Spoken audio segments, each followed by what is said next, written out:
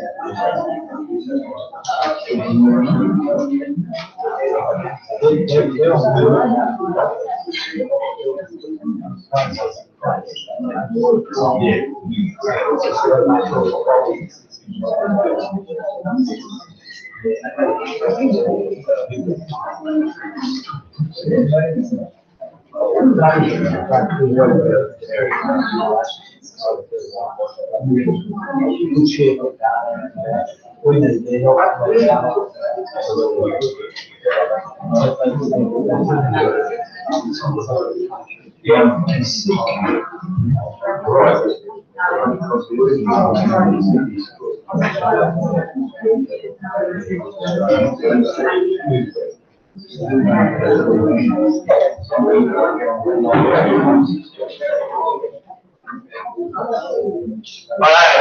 and gentlemen, I'd like to, and council staff, I'd like to welcome you all here to the June 26th meeting with council. Firstly, as you all know, we have a couple of forums. We've got a few speakers here tonight. It's good to see so many people here showing an interest in council. Firstly, I'd like to ask Eliza McGrath to come up to thank you. Good evening, everyone. My name is Elise McGrath and I'm the Cultural Development Officer of the Arts Centre Cootamundra, known as TAC. I'm here tonight to speak regarding a tax request to Council to invest $50,000 in TAC in the next financial year. TAC is a partnership between the community, council, TAC and state and federal funding agencies. This partnership has created an incredible community asset and all partners are essential to its continued success. Co-investment is essential if we are to continue leveraging the asset we have to continue to grow its capacity and value to the community. To build the capacity of TAC, we need to increase staffing hours to grow the business. Currently, we can pay 35 hours a week of wages across 4 roles. Volunteers are vital, but it is staff who undertake compliance, planning, venue management and strategic partnership development. TAC's activities increase the livability and skills in our community. This in turn attracts new families and businesses to the Shire who want to stay and invest in our region. Our programs also bring tourists and participants from far afield to our events. We're a community hub. The recent partnership between Council and TAC promoting regional producers entitled Local Unlimited was a huge success. And Council is to be congratulated on its sponsorship of the keynote speaker. It is an example of promoting small businesses and local product. We look forward to working with Council on future partnerships that build community success. Council financial support of $30,000 last year has been leveraged against other grants to increase programming and infrastructure, such as our successful $75,000 grant we received from Create New South Wales. Co-investment is essential if we are to be making our future grant applications competitive ones. The cost-benefit analysis of Memoration Residency tabled at Council in 2017 outlines how one residency provided a return on investment to the community of $90,000. TAC intends to continue to provide economic, social and cultural value to the community. We assist Council meet many of their goals outlined in the Community Strategic Plan for Youth, Disability, Seniors, Educators, Small Business, Tourism, Economic Development and Community Skill Development. TAC visitation data from July 2016 to June 2017 was 9,058 people. Expressed as a percentage of the 11,141 population of the Shire, that means the equivalent of 81% of the population used the centre in that year. A recent survey monkey asking the community about the value of TAC to the community had 108 responses within 24 hours. 94% of respondents valued TAC as 9 out of 10 or 10 out of 10 importance to the community. TAC programs include film, visual arts, performing arts, music, digital technologies, artistic residencies, private hire, community functions and professional development. TAC belongs to the community and our proven track record shows we increased our return to the community year on year. On behalf of the community, we urge the Council to strategically co-invest in TAC so we can continue to leverage this asset to maximise the benefits to our community. Thank you. Thank you. Now, Andrew Bader. Thank you, Andrew. I'm a person who actually uses TAP and have done for 13 years. And I have a few little points that I'd like to make. I'd like to make a couple of points about the value of having a vibrant arts scene in a country town. I, along with several other Cootamundra-Gundagais, have been volunteering at the Arts Centre for 13 years. Not because I'm particularly artistic, but because even if you yourself don't have an interest or a passion in something, it's good that people who do have this interest have somewhere to pursue it. It would also appear that the Arts New South Wales Government and many other bodies, including the Department of Sport and Rec, have a similar view, as they have awarded grants which have enabled the Arts Centre to provide a quality facility for the community. The volunteers in 2015 were voted the New South Wales Volunteer Team of the Year, and when we asked why us, over many other worthy nominees, people providing assistance for transport for sick and elderly and cancer patients, the answer was that they felt that the provision of a centre for all artistic endeavours was the most valuable work they had seen. The Riverina Arts have called the centre the jewel of the crown of the Riverina. Louise Heron, CEO of the Sydney Opera House, who was a guest speaker at a fundraising function in 2016, also said, and I quote, "If the Sydney Opera House is the big house, the Arts Centre at Cootamundra is the little house." I think they liked it. So I ask you to keep these things in mind when pondering the value of the Arts Centre, and I think it's likely that you may come to a similar conclusion. In closing, I would like to thank those who stand as councillors, and I'm sure they would want to help the community to be a friendly and inclusive place. So let's keep up the good work. Thank you very much. That's excellent. Next one, we have Betty Brown. Yeah. Thank you. Good evening, everyone.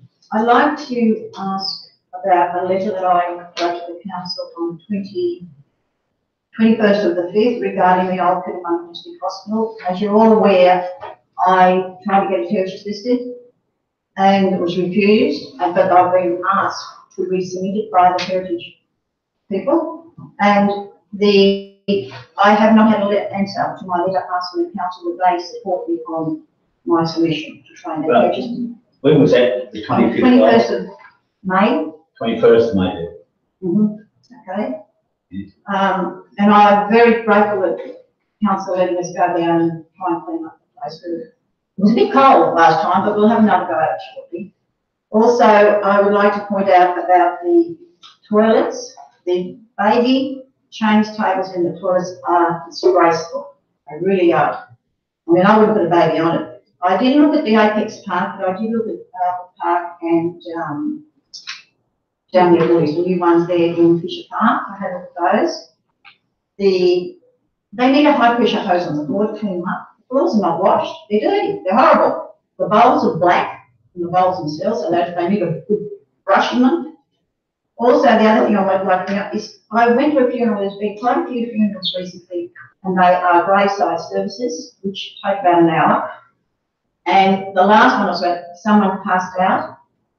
What they probably need up there, I'd like to see some more bench seats, but people meant to sat on bench seats were there. Occasionally, like, I don't say go in and put bench seats everywhere, but budget say next year for another one somewhere else, and because it's an old town, there are old people going to funerals, we're all dying. And that's just some little thing that I noticed when I was young. I mean, I was okay, but there was one person passed out, so, and it was an hour service, and boy, stand there for an hour. Not good. Thank you very much for letting me speak.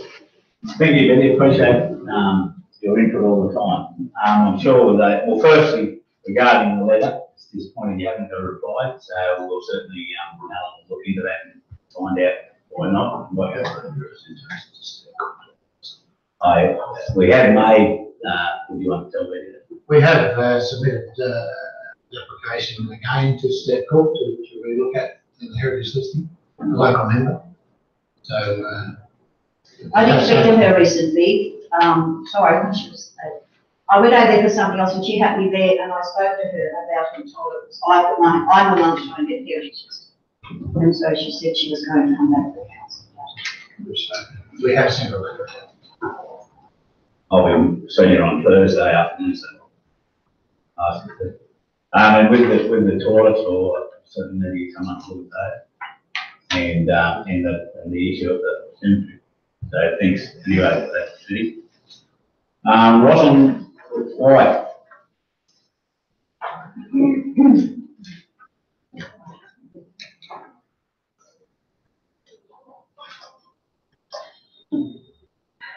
So good evening to all the councillors and to the residents.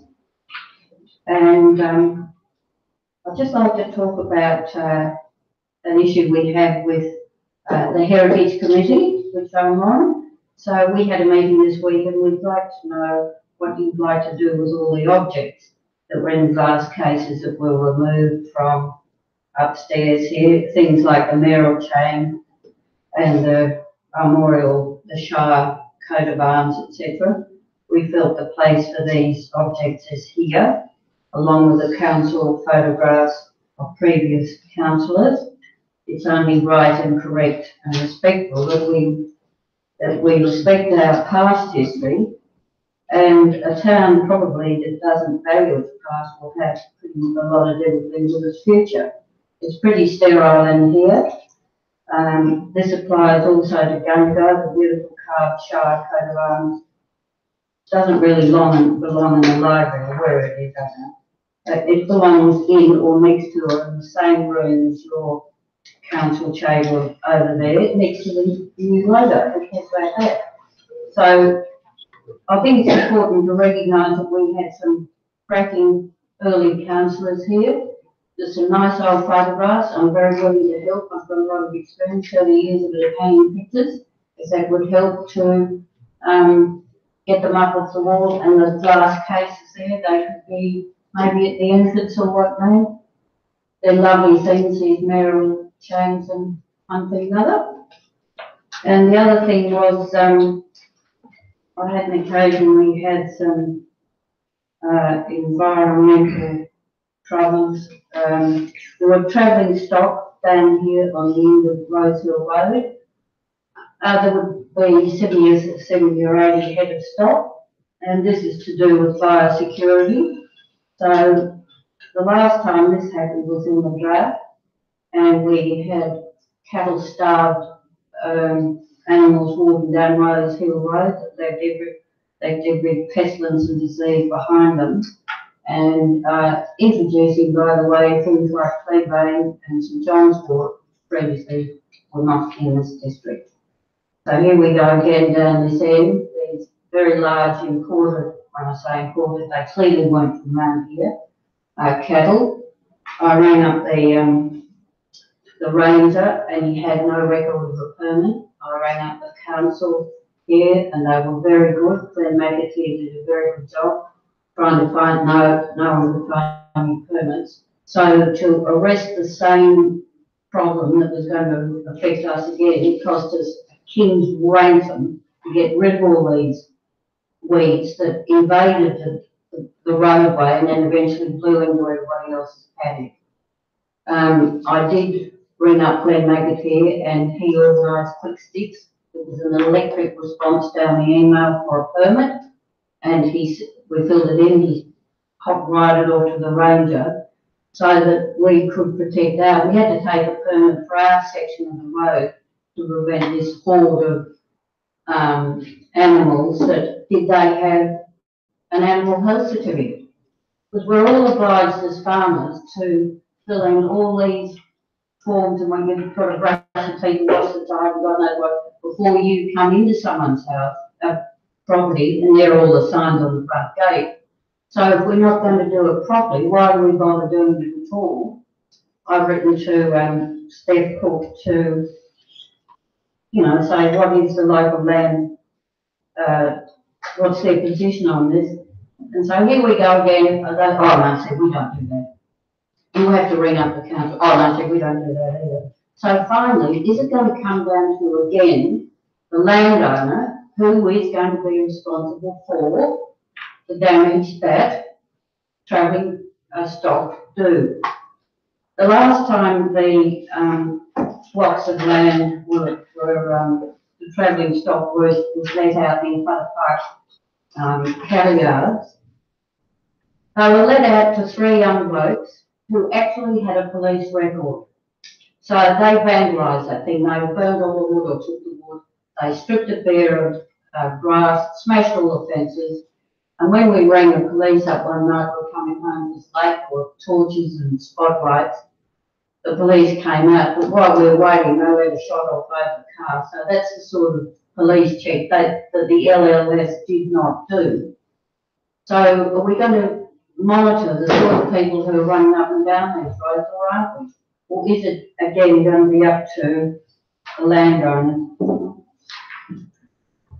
So I refer to this Facebook page, June the 20th, World Refugee Day. Is a date of international significance dedicated to raising awareness of the situation of refugees. And on it goes. So there's a motherhood statement for you. This is called social media activism, and it's one of the latest forms of activism, and what it usually is about is the notoriety, self-adulation and personal enhancement of the keyboard warriors utilising this form of activism. So in other words, the activist or activists haven't got the guts to say, well, I'm looking after this refugee family, and I don't give a damn about your ICE-affected family, your drought-affected family, or the aged members of your family. It should be a clear warning to all of us how disconnected and politically correct the council can become. This was on your face page. So here's raising awareness of what matters to us and what is happening in our country and our show. This evening, 160,000 Australians are sleeping rough. Refugees amongst them, I very much doubt, highly unlikely. Ex-servicemen certainly ex-servicemen certainly will be amongst them, remembering there are 5 times as many dead servicemen and women from suicide than have been killed in wars this century. There are 55,000 war widows struggling with increasing living costs. And closer to home, we have people in our towns struggling with mental health and drugs. There are not enough police to deal with any of these issues, let alone with domestic violence. Not far from here at all, farmers are battling the toughest drought since perhaps the 1900s. No word about them on your Facebook. We're supposed to be a caring community, and I can tell you from personal experience, the lack of care and interest in the well-being of our ageing population is almost non-existent. Residents who are actively encouraged to stay in their homes are not being helped in Cootamundra-Gundagai, I don't know about Gundagai, and nor are they being assessed regularly, let alone monitoring their own situation. The nursing home is struggling financially and needs support from all of us.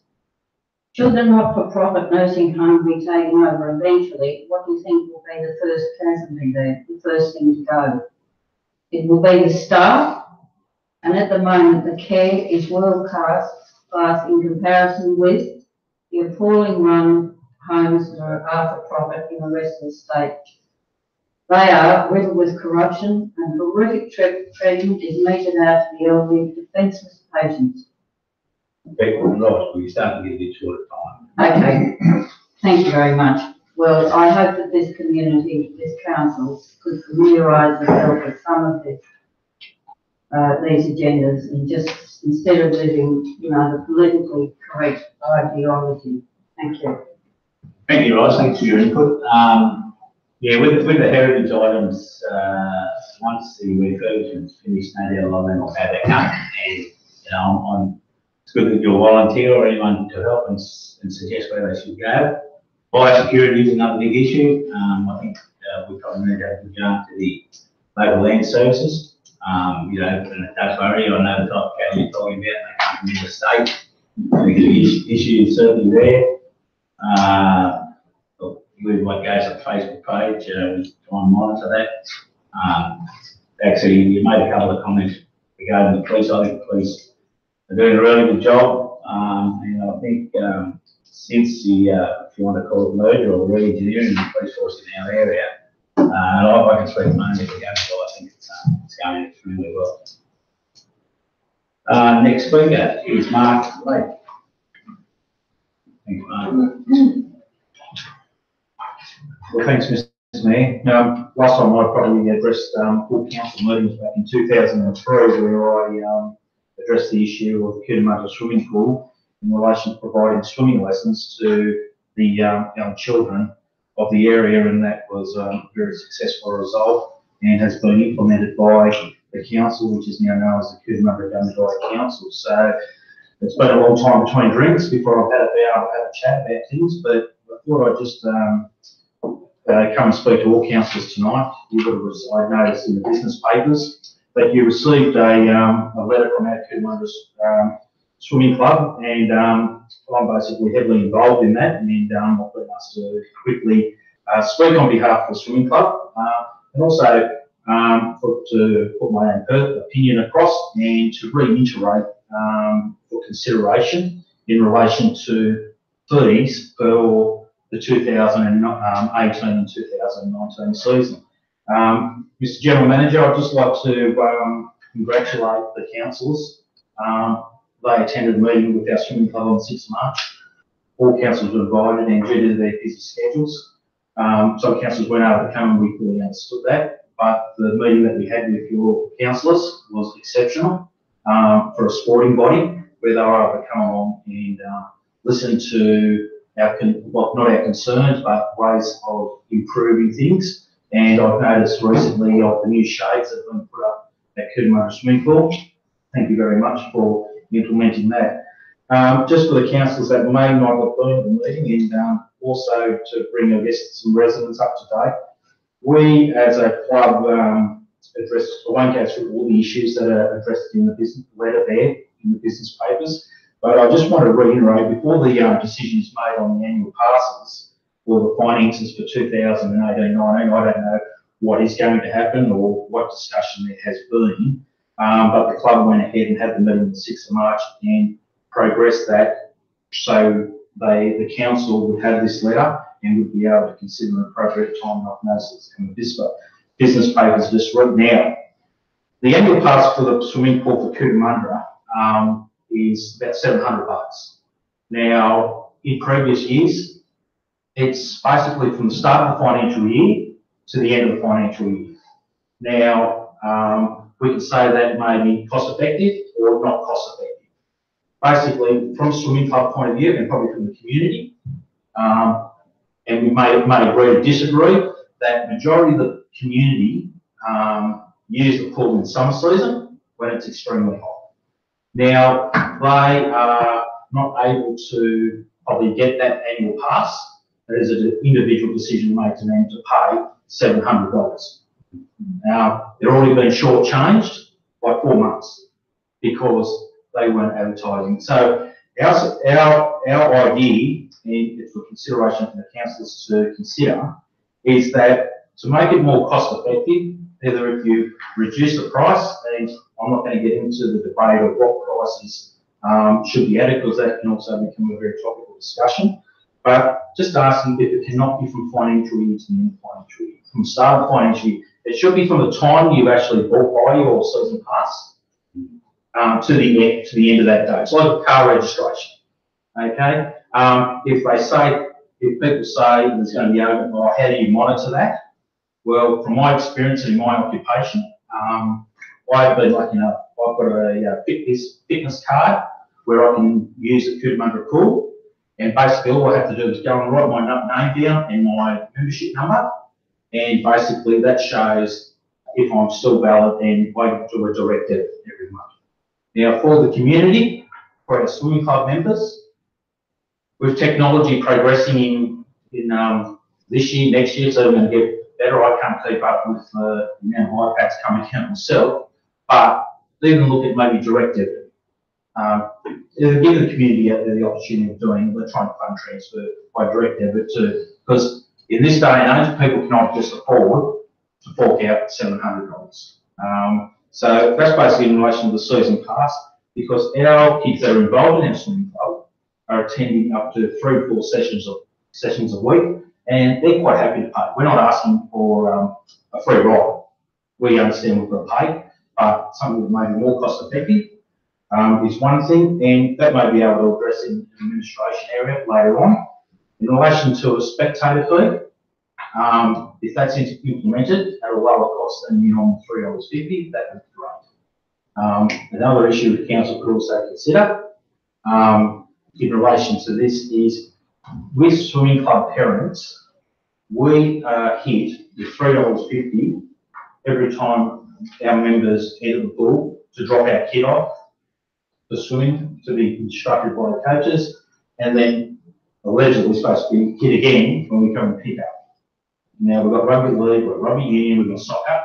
When we go to drop our kids off the training, the whole our shire, I'm sure that the parents don't get hit with a fee. We're quite happy, the swimming club parents are quite happy to pay for their kids to go in and everything, but if we are an administration level, if something can be looked at for our summer season when we start, in the way going forward, that we may be able to do up a part ourselves to show the wonderful staff down at the pool who I get on well with exceptional well and they do a great job. They can show them just to show that they're a swimming club member. And just the last point, we'd just like to thank, after that meeting, Mr. General Manager, the councillors expressed our interest in maybe extending the hours for the pool due to the extreme hot weather we have here in Cootamundra. In the previous councils, the pool was open, I think maybe in December or mid-November for logistic reasons or cost reasons. We were just asking if also the pool hours can be looked at for summer, because we have a number of kids, and we think that will increase next year with the kids' participation. We as a club will be encouraging that, because the state government are actually encouraging people to participate in sport. They've got this rebate in place at the moment, trying to reduce obesity. And so the more kids we can get involved, the better. And we also have swims at a rec level, school nationals, and Cootamundra is well known, and Cootamundra area is well known for a very good sporting area. So, look, once again, thank you very much for taking the time to listen to me. And I was just reiterating that. I'm not sure where you guys sit with and your councillors and the administration staff, but we'd like to thank you once again for giving us the time at our meeting, and hopefully we'll have a very good working relationship with our swimming club, and there's also something that may come out from the community as well. Thank you very much. I appreciate that, Mark. Yeah, we said, and I apologise for taking off your letter to come with the agenda. Yeah, look, facilities, you're certainly going to look at a lot of sporting facilities and other facilities.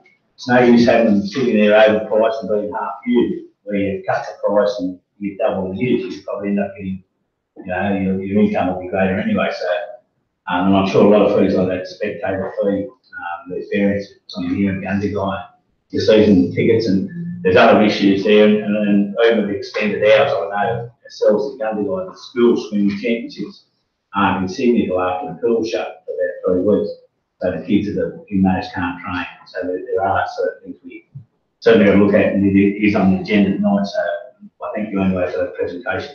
And also, just very quickly, I don't know you're up on the busy schedule. If we would the club be able to get correspondence from the council in relation to our letter that we addressed, that we get delivered on the 29th of March? Yeah, no problem. And just addressing those other points that I didn't, that I didn't actually address tonight. Yeah, we'll be discussing that tonight anyway, but we'll also try to have some correspondence back through here. The last one tonight is Ellen East. Thank you. Good evening, everyone. I know I've been banging on about rubbish quite a while. I've probably had a victory about plastic bags, but I think we've probably a few people missing the point. There are jute bags, cushion bags, and paper bags that you can put in your car when you arrive at the supermarket, take them in and put them back in the car when they're empty, they're there for next time. And if we reduce the plastic, it's less landfill, less recycling, less rubbish collection, because before recycling started, we used to get one red bin, and that was going to landfill, recycling, green waste. And now we've got a fourth outlet is the cash for the cans and bottles for coolers. So we've got 4 more options, and August's gone on to red bin every fortnight, but we're not. Is there a reason for that? I brought that up 3 months ago, and it was about dirty nappies that need going every week. Well, you could get a 20-litre bin and put the nappies in there the night before the collection, took them into the red bin. If it's nappies, how many babies in it? We're collecting it every week, what for nappies? Oh, That was what Chris India said. yeah.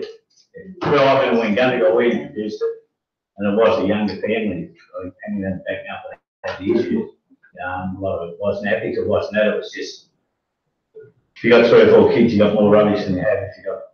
Yeah, we don't. We've got 4 options. I know, we've got to try and encourage people to recycle. When we had one election, we got 4 now. And also, we're still collecting rubbish on public holidays. Boxing Day, New Year's Day, Easter Monday, Anzac Day, the last long weekend, Monday. Can't people have the day off? I mean, council's shut, isn't it? This building doesn't work. Why expect a few people to drive the car? Can't have the day off? These days, everyone can get their work done in 4 days. Council employees get their work done in 4 days. Yeah, look, Why can't we do that? you think of the work, and I've got no problem, so we give it a call and get the guy. Why don't we have a go on the long weekend? No collection on the Monday.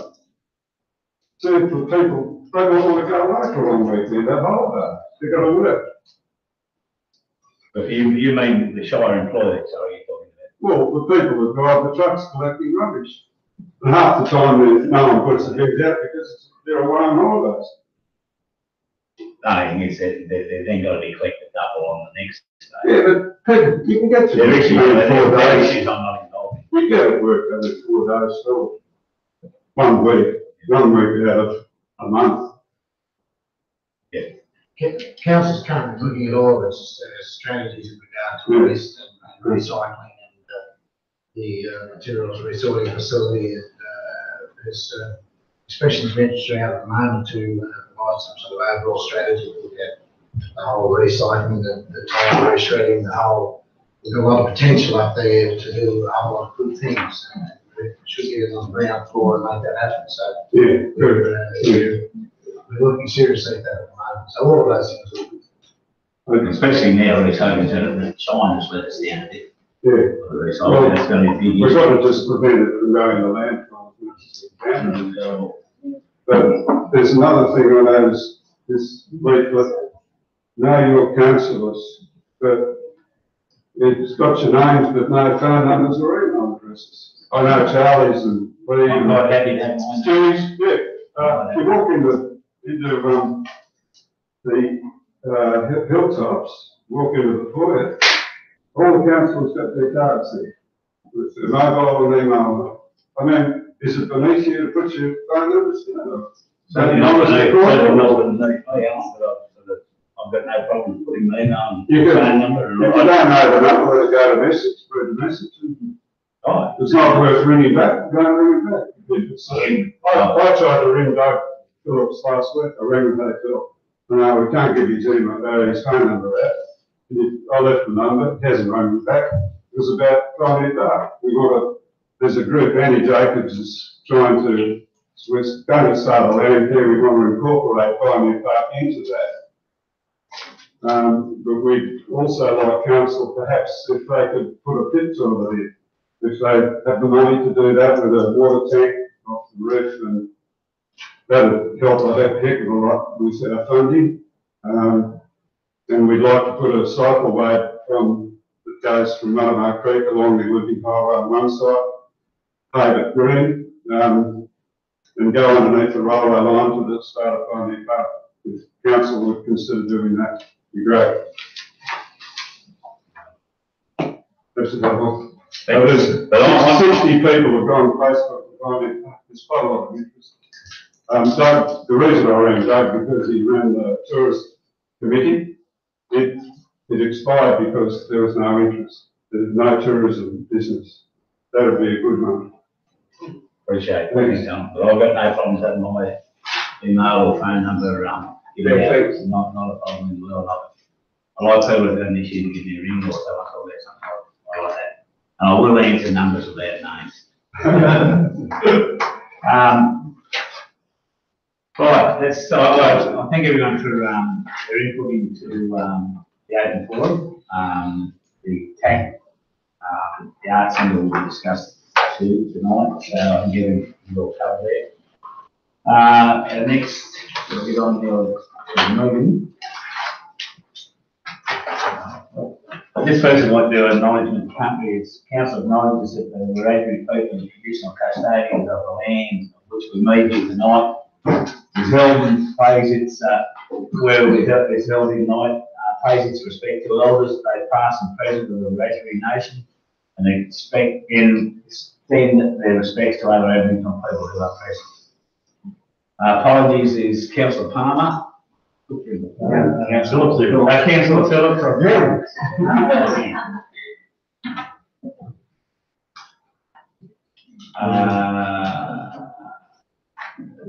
any disclosures of interest? Yeah, page 70 on the annual bookstore.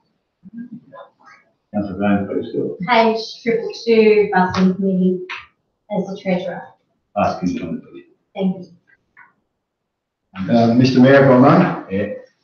An explanation for my dress code. It is not out of disrespect for this office or the council, but I wear the Blues colours to respect and congratulate young Jack Bellon, our Cootamundra-Gundagai. To achieve state of origin level at rugby league is one of the greatest goals for a rugby league player. And Cootamundra now can claim 3 such players. That's pretty big. Les Boyd, Woody Fields, and now young Jack. For a little town like Cootamundra, to get 3 rugby league players to that level of football is a pretty good effort. This council can be proud for its support, its sportsmen and women. A great achievement, and my congratulations to Jack, the New South Wales team and coach Brad Cooper. I propose a vote of congratulations to Jack and this achievement.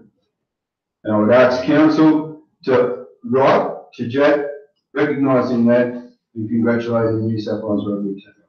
Thank you. I totally agree. No, I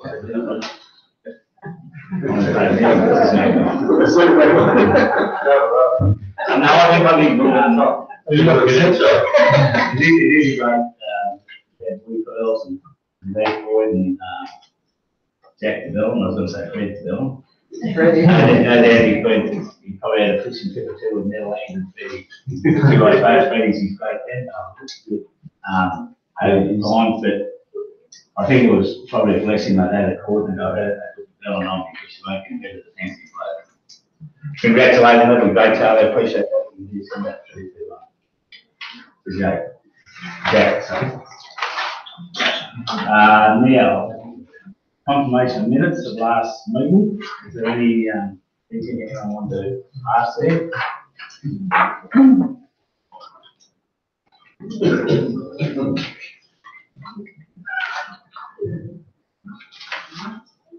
No questions? Move.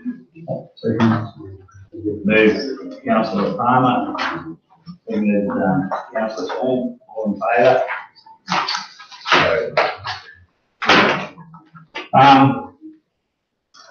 Questions with, mayoral minutes. I can go through all those mayoral minutes if you like. Some of those are regular, it's just two others. Councillor Nicholson, Councillor Bowden and myself attended the 8th and the Steve Oval amenities on Friday. And I attended, with Councillor Steph Cook, the Gundagai Lions Club changeover on Sunday. Just a minute. Yeah. The first request was made to, Councillor Stewart, did not attend the order of all committees. 31st of May? Yeah. That's right, Councillor Stewart.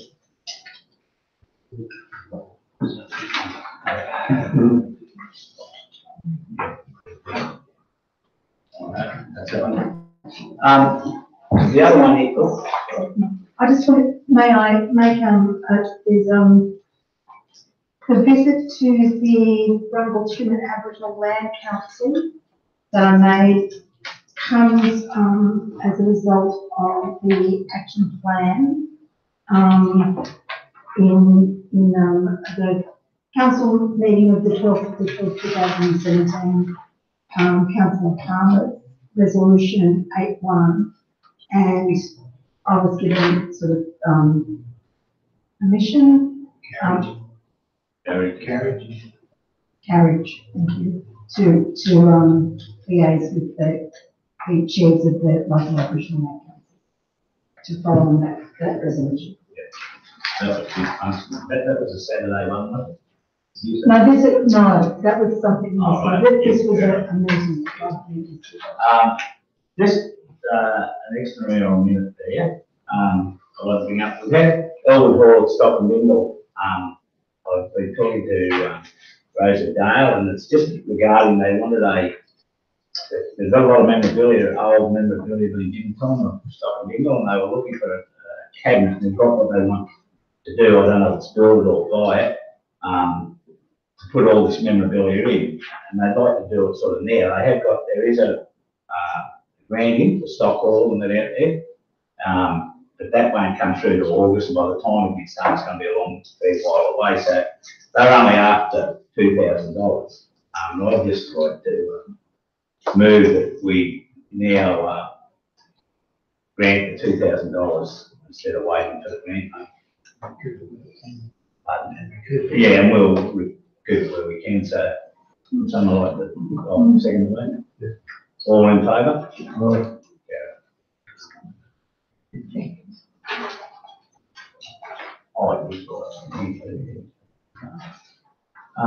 We should acknowledge too, who was the OAM for you?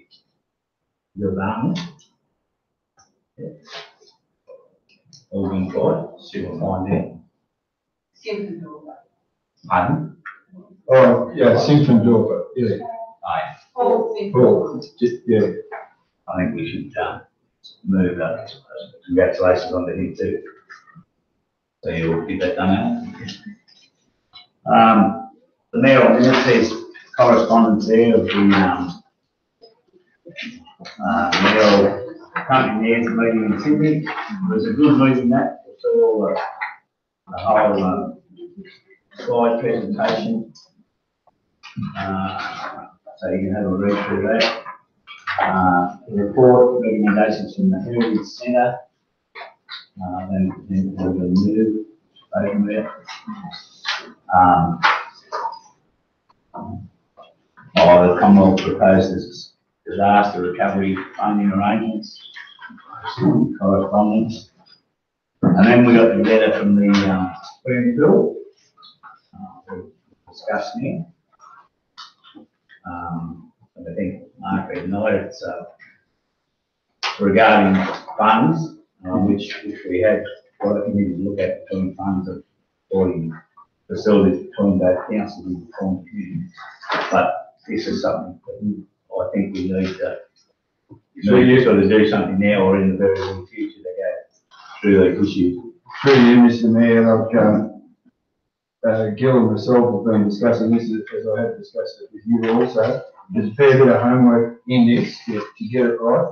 And, we feel we need another meeting with the, swimming club, the staff management at, both pools, and, get our thoughts and their thoughts and their input clear before we make a decision. So I move that we defer the pool charges to such a date that we have that meeting and get a resolution on. I think we probably should. The workshop. Before, probably before the 10th of the 17th. We should be able to pull it together pretty quickly on that. If I can should, we've all got our ideas, I think we're all in agreement that we need to look at it. I think we just want to make sure we've got it right, but then everyone's happy with this, with the situation, not just in Cooter, in Gundagai. And it's also looking at the heated pool, the operating hours, the charges for that. It's not as easy as just entry charges, the whole umbrella we need looking at. Well, I'd like to think we have a meeting before the next council meeting, so we can come back and pass something in. And I think that's the best way to have a meeting, everyone involved, and we can sit down and nut it out then. And, you know, there's there's some other issues there. The swimming club with the doors on the shed, and that we'll go through then. So you want to do it prior to the one on the 10th? If that's the motion, I'll do it 17th? Yeah, we've got one on the 10th as well. Yeah.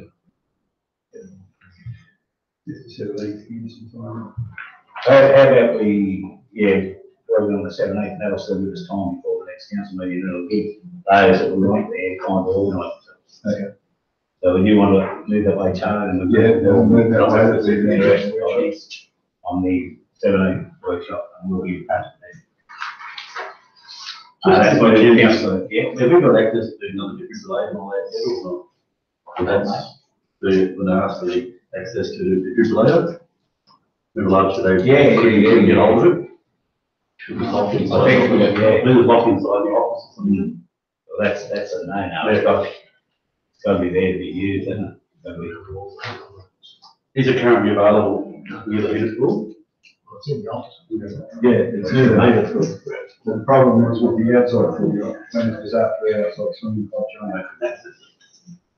Yeah, it needs to be like, you've got to see the lady, you got over there to the access. They're good with the machine. So we'll make that for the, that's all in favour? For the 17th of July. Toilet Maxing Committee, there's something there, you want to say, Councillor? Just something you mentioned at the end, and unfortunately it's going to be a cost on council, so somehow, how we eventually get out, but I don't know, it's cost for barricades for events such as the that day, and like the speed opening and volleyball. Another one.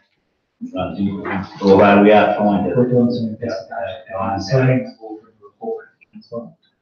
Mr. Mayor, I understand that we are going to touch on it later with the media policy, the importance of the access that was discussed, the social media access for a gun officer.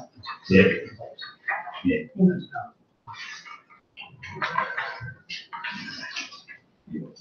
The next other correspondence is the Stronger Communities Fund, round 2 application.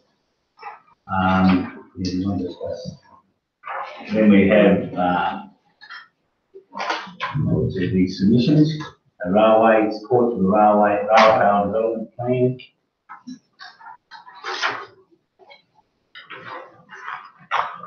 There's a report that the recommendations of the Cootamundra-Gundagai Committee meeting on the 8th. That's the same as on one. Yeah, just the same duplicate. The next one here is the Mudamar Creek, a report there from our Mark Ellis. Mr. Mayor, it's just a name that's on page 67. It's in the report of Mudamar Creek Revegetation Group. It's actually Mudamar Creek Regeneration Group. Just Oh. Yeah, it sounds bad, no worries over that time. Yeah, we had the meeting, which was good, with representatives of people interested in the Mudamar Creek, along with fire brigade representatives, Mark Ellis was there, our engineer, myself, Charlie could make Dennis, Lee, I think that's ready. Just about sort of trying to make the flow better in it. We've got a list of things that we're going to do. We want to have a meeting with other departments, like the Department of Water and etc. I don't know whether we need the EPA, but I did find about after it with Cootamundra-Gundagai, like we normally burn it off. Apparently, this is new to me, but after that meeting, you can spray it. And I know the contractor for Cootamundra, he does the Cootamundra-Gundagai contract spraying, and he does spray it with when it's not flowing or it's not cool. So basically, when the creek's dry, you can spray it with that glyphosate frog-friendly spray. If it's fairly thick, you said you need a excavator there or something to pull it apart, back out, so the spray can get in there. So I think that's certainly one initiative we should look at straight away, because by burning these things, you only make it thicker, and you've got to continually. Yeah. Black smoke too. Yeah, that's right. Don't have your washing on. Councillor Dave. I went again to look at the creek on Sunday afternoon with Belinda Scott. And in a lot of places, it wasn't Kumbungi, it was Cooch and Kaikuyu, and just people's backyards that had escaped into the creek. So that doesn't seem to be much of a problem to get rid of. There are areas, you said there's another area, I think it was the last place we looked at, Moore Road there. The creek, it flows here, but it pools there when there's high flow. The only way you can fix it, I feel, is that you've got to take that bit of land, that if the land comes out and it pools back here to this side, left-hand side of the causeway, looking downstream, and the creek flows that way. But it's that the land that juts out here that's stopping it from the flow. It just needs widening.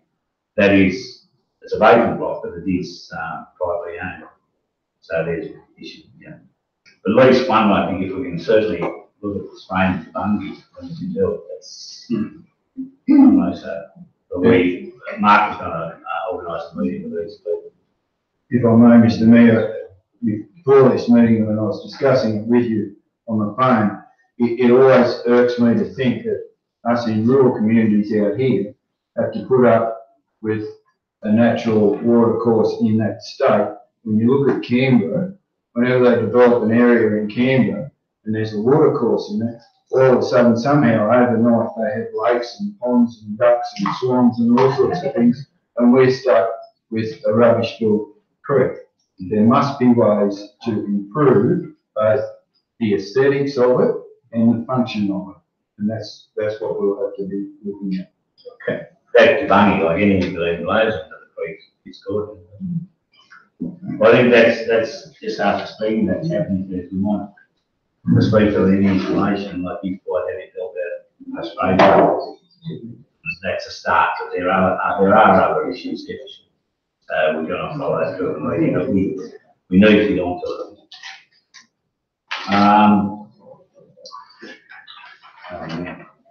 There's the next thing on the news, emergency funds. Yeah. Yeah, good, he was good vibes about it still, Mr Mayor, but, nothing noticed, the thing is, this is, probably where we're a little bit, we've got to be pretty prudent with how we spend, this sort of thing. The less we can go over, the more we might get for our community. In the long run, we've got some things we want going there. I don't know if you want to just have a quick go about that preschool, David, or do you want to do? Is that where you want to go? Yeah, so what's this? Where you want to look at? Just if there's anything there you don't want to know, like we've got the whole list. This is, we've got to get the money first. Probably not. No need to discuss it, Mr Mayor, how that is. No. The wish list and the be flexible if they do have to get money. Through the mayor, are you saying that we need this amount of money to cover the merger costs to complete the merger, correct? I'm saying, through Mr Mayor, I'm saying we could handle this amount of money to make things better than they are. But if we don't get it, we might do some of this. That's what I'm saying, I think, you know, if we go over, if you overshoot 5 mil, your money will come out of this next pool. Yeah. So the less we can go over it, or even if we can come in under it, the more we'll have new infrastructure or, you know, maintain the infrastructure. There will be a couple of projects included in this, but it was a very vague request for a request. And that's how I've couched it, so You get back to when the merger first started, we had those two committees, question was asked of the former general manager and then administrator, as to what they believe they can do the merger for, and the figure that came out was $2.7 million. My question then was, well, what are we going to do on the 2.3? At which they said we can use it for infrastructure improvements. We're now going for, I've cleared that up, it comes to close to $2 million.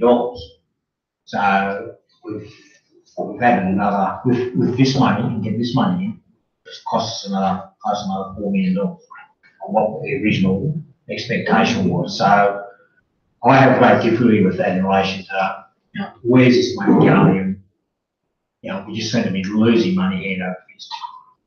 You know, this overrun is consistent with what Dr. Judge Drew told all the people involved in Gundagai in the future proposal, because he said Queensland History showed there was around about $8 million for mergers. Well, once you add this, we're starting to get that way too. It seems to be noise over hilltops and snowy valleys. But, you know, I'm just wondering where it's all been lost. It just staggers me.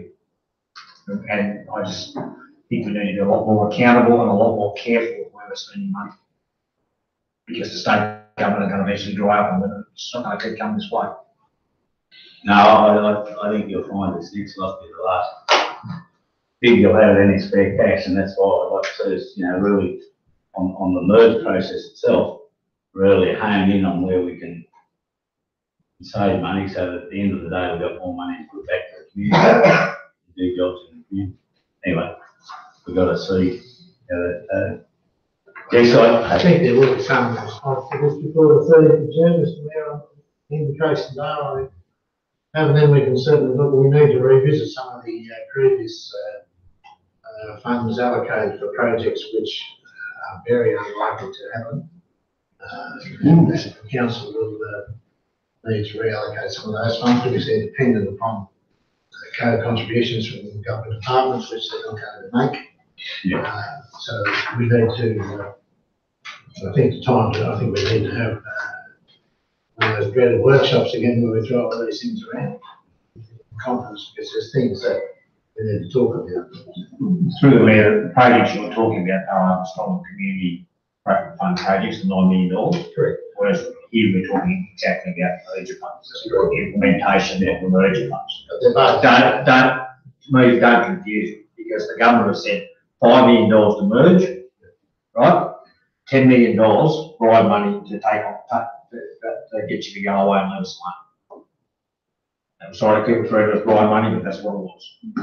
So we've got $9 million of the projects out there that we've already agreed upon that are in the process of starting. Yeah. And that is different to what I'm talking about here. Some of that, This is strong community ones, I can understand some of those ones, but this merger fund, there's nothing to revisit here. Some of those ones we might revisit in that strong community, you know, we already, you would just transfer them to other things that we spoke about. Yeah. But yeah, this is merger fund. I went down yesterday and just took some money. So if anyone here will have a regard just to the house next door from the preschool that they're going to rent money for, but we own the land of that preschool, so we purchased the land. So I did that yesterday, so I think, so that good people know what we're talking about, so I'll keep that there. So this communication was in direct response to a request from the local community. Yeah. Work out the rules later here. Yeah, but yeah, that's right. Whatever we give, as I'm saying, if we can stop our overspend on this, getting this together, you know, the more we'll have to put back to the community. Through you, Mr. Mayor, would it be appropriate for us to set a time for the workshop to discuss? As the general manager suggested, it may be that I think Mr. Mayor might be more critical than maybe we said we were getting one. We don't have to have one for the way later. I think it puts a new perspective on it. If we get an extra 1.4 million dollars plus assistance for a couple of weeks, all the other capital projects as well, I think she may. I don't want to say too much. I'd like to think just for the merger, you know, we are kept more up to date with the actual cost of the merger, where we are, you know. I'd like to see at least once a month where we are, you know, which we probably haven't been seeing, you know, so we can relate back to, well, what have we got to spend, what have we got to do, so you can balance it out more, so you can plan, like, it's better off having a plan, and whether the plan works out at the end of the day, because you got money or you haven't got money, at least you know where you're gonna head, if you get that, you know, and I just like, if we can be kept more informed of how we're going with the 5 million. But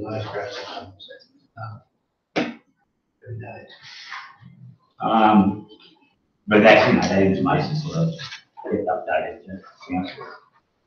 We've got questions, their questions still with the joint organisation.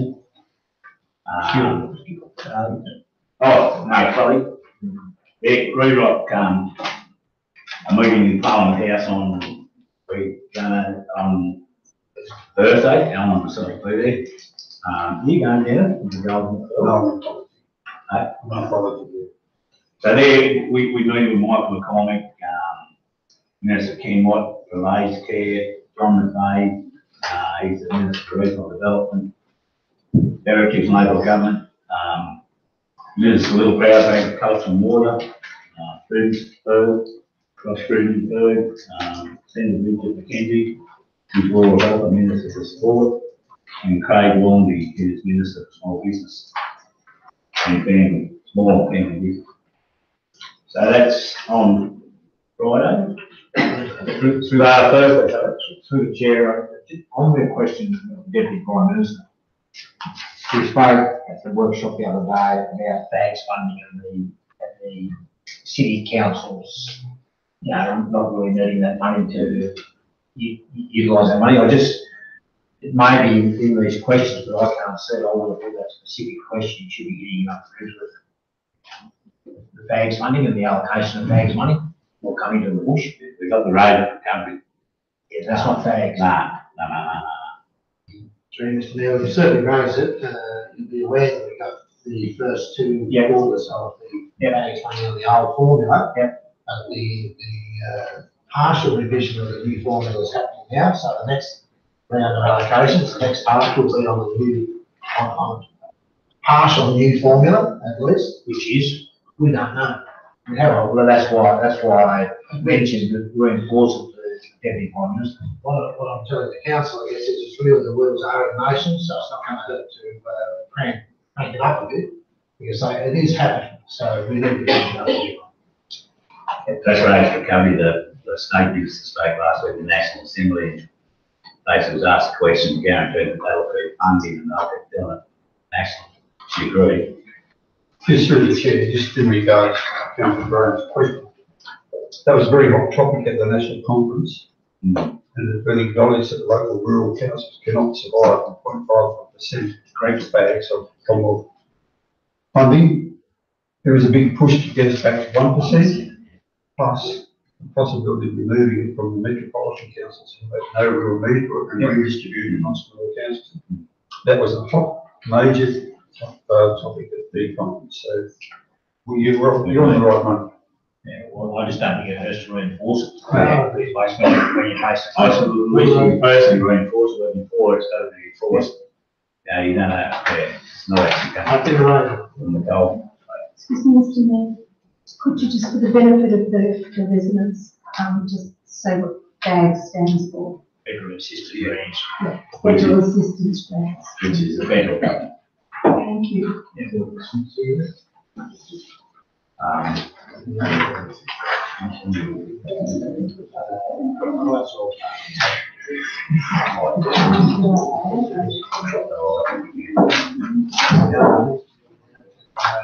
Oh, you got that from the RSL. Letter there from the RSL. Traffic committee, or we have Travel committee there. And the parking yard. application closure. The, General manager report. Excuse me, the art centre documentation that's in your general minute. This, Mrs. Scott's wasn't a submission, it's in the general minute. Oh, right, I thought it was taking submission. Sorry, I'm going to say, I mean, we can move it to submission.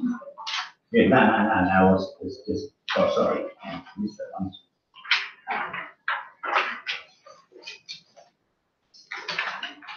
Oh, the tax. Well, then we'll be discussing the tax later, so we can, I think it's also repeated, this one, didn't it? Yes, it's just not sure, it wasn't.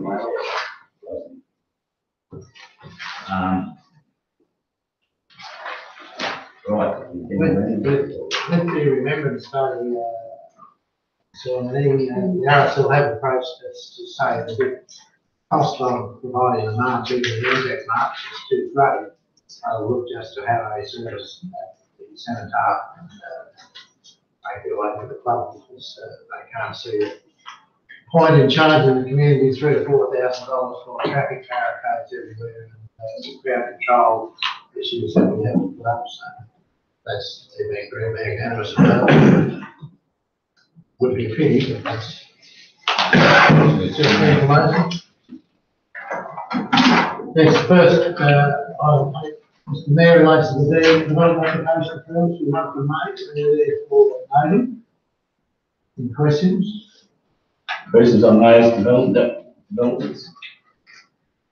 questions, someone like to move that way, move Councillor Palmer, second Councillor Stern, all in favour? Next one is the draft digital media policy, which is there for the room. Any questions there? Anyone got any questions on this policy? Someone like to do on the council media? So, Yeah, on the draft, I sent out this point, the organisational structure was back when we were under administration. What's the current basis? Still is. So have a copy of this, right?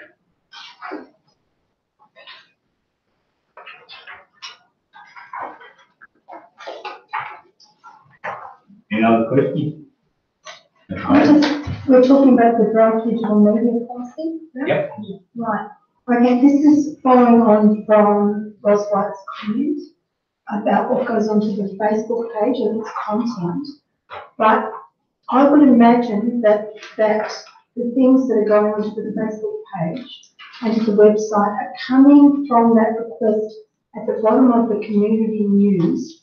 Could the community please let council know of any days, weeks of national or international importance that they would like recognised, so that there is a homeless persons week, there is a seniors week, and I don't know if anyone's put in about homeless persons week, or maybe local government week is coming up in the first week of August, so that those things that are appearing on the Facebook page have come as a request from the community. So it's not actually the council choosing what is going to go up there, but that's the community giving input to that. So that's just a point of clarification. Through the chair, could just make a comment on page 90, under reporting council use of social media. Dot point 4 and 5, I think everybody needs to be aware of, and make a lot of sense. Dot point 4 says, do not respond to negative comments. Council communicate yourself, blah, blah, blah. Because this is bigger than Ben Hur once it starts, can't control it. Dot point 5 says, be conscious of mixing your personal and business lives. You are personally accountable for the content. So just be aware that it is real. Another comment I'd like to make is on page 93, it says that council is unable to respond to a formal complaint. we will respond within 24 hours. Is that possible? What number is this? Page 93, third paragraph. I just think it's a little bit, maybe too onerous on council. 24 hours. Let's target. Yeah. You should get a time. Yeah. Do I do? Okay. Just hope our staff can handle that. Oh, well, I couldn't say an issue, really. Excuse me, Mr. Mayor. We've got to have, as you said, sorry, Councillor, No, it's just how many, like, administering, a Facebook page, like, the one that I administer is with 5 other people. And so it is, you are able to respond quickly. I just wonder how many staff actually are administering the page. We'll start to work it out themselves. It's handled by Linda, Marianne, Stevie. Yeah, it just depends on how many people are there. yeah, well, I've got to figure, most, I think there's someone who's done it. No, you know, if you're asked 24-hour response. That's the thing that there.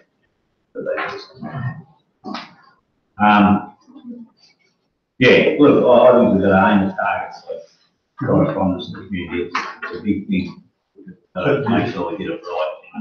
Mr. Mayor, if I may, And even, sorry. No, But even if it is something to say, look, I'll be back, just let them know. Make sure it's exactly That right. let them know that they've received. Just acknowledge. Mr. Mayor, I think the most important thing out of that section was page 90.4, not respond to negative comments. And having been on the bearing end of some negative comments, I did not respond, although it was extremely difficult. But I think if we take anything from it, we look at that. Being a bigger person. That's for sure. Agreeable. Just good, Chair, as well. With that regards to the 24-hour contract, look, I sort of let a little bit know about that new app.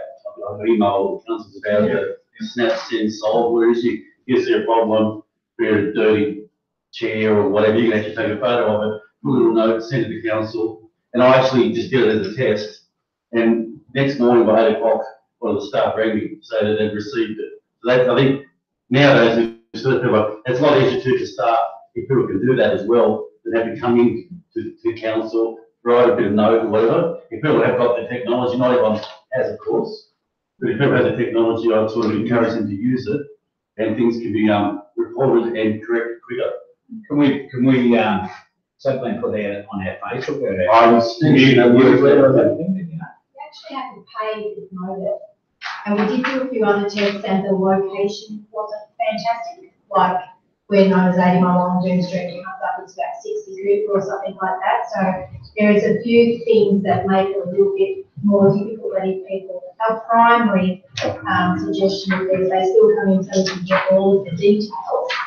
But we're just working out the best way to put it out there that's for really quite simple complaints. Yeah. As long as they put the addresses on what their notes, so that it's a lot easier to start. Not rely on location services. Yeah. We all know how good GPSs are sometimes and things like that. Through the chair, councillor, what is that app? Snap, solve, send. Yeah. It's actually a very good app. A lot of councils using it nowadays. It's a platform. Snap, solve, snap, send, solve. Even Woolworths use it for trolleys, you report lost trolleys, things like that. A lot of other councils, like the bigger councils, that are also using it and getting good feedback from it. Okay. Any other questions or comments there on that the digital media policy? I just want to say I love tone of voice and loved tone of voice. It's just very happy and very positive. It's tone of voice, it's just how you should, be upbeat, be happy. I like that. Appreciate that. Yeah, councillor Swing, would you like to move it? Yes. Second, councillor Bain, all in favour? Yeah. The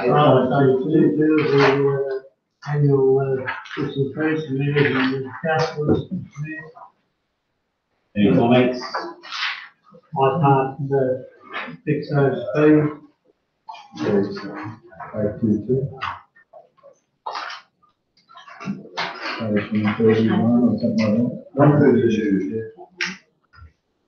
One thirty-two, I can't, recommend a 2.5% increase. I move that we adopt it. 2.5% included in the draft. Moved by councillor Swing, second by councillor Palmer, all in favour? 2.23. Grant use of information technology communication devices. This is, we have the provision for a county to page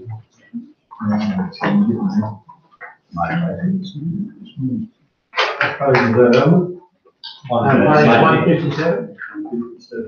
Correct.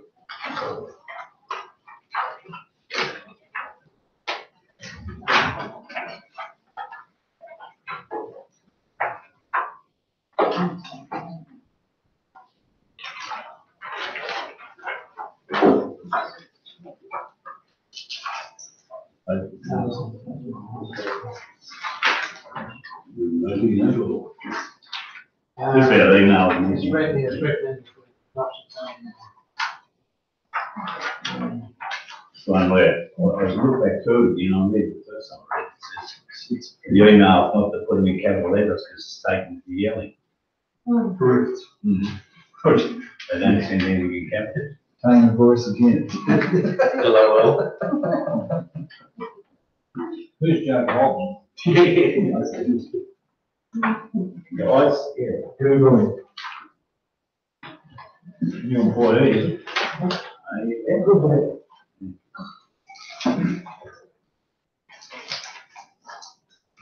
Any comments on that policy? Just through the chair, this digital age, it's real, it's fast moving, and as it says here, an email is a valid way of communicating with council. So an email suffices as evidence you have been contacted. 30 years time we'll be all mute. Yes. I'll move that way. In the pub had an argument, but yeah, saying out sends the capital letter. Right, councillor Palmer, you move that? Second of councillor Stewart, all in favour? Yeah. Operational plan and feeding charges and budget. Which is, Where we need to make some, refer some matters of the criminal charges. I think that's probably about all, wasn't it?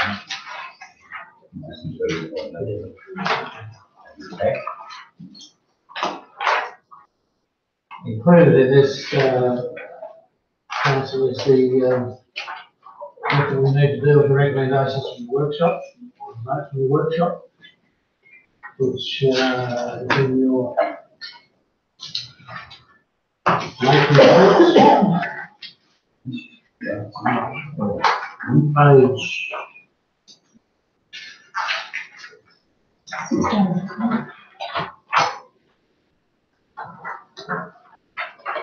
so this is, through the chair, this is where we are handling the possibility of funding for the arts centre.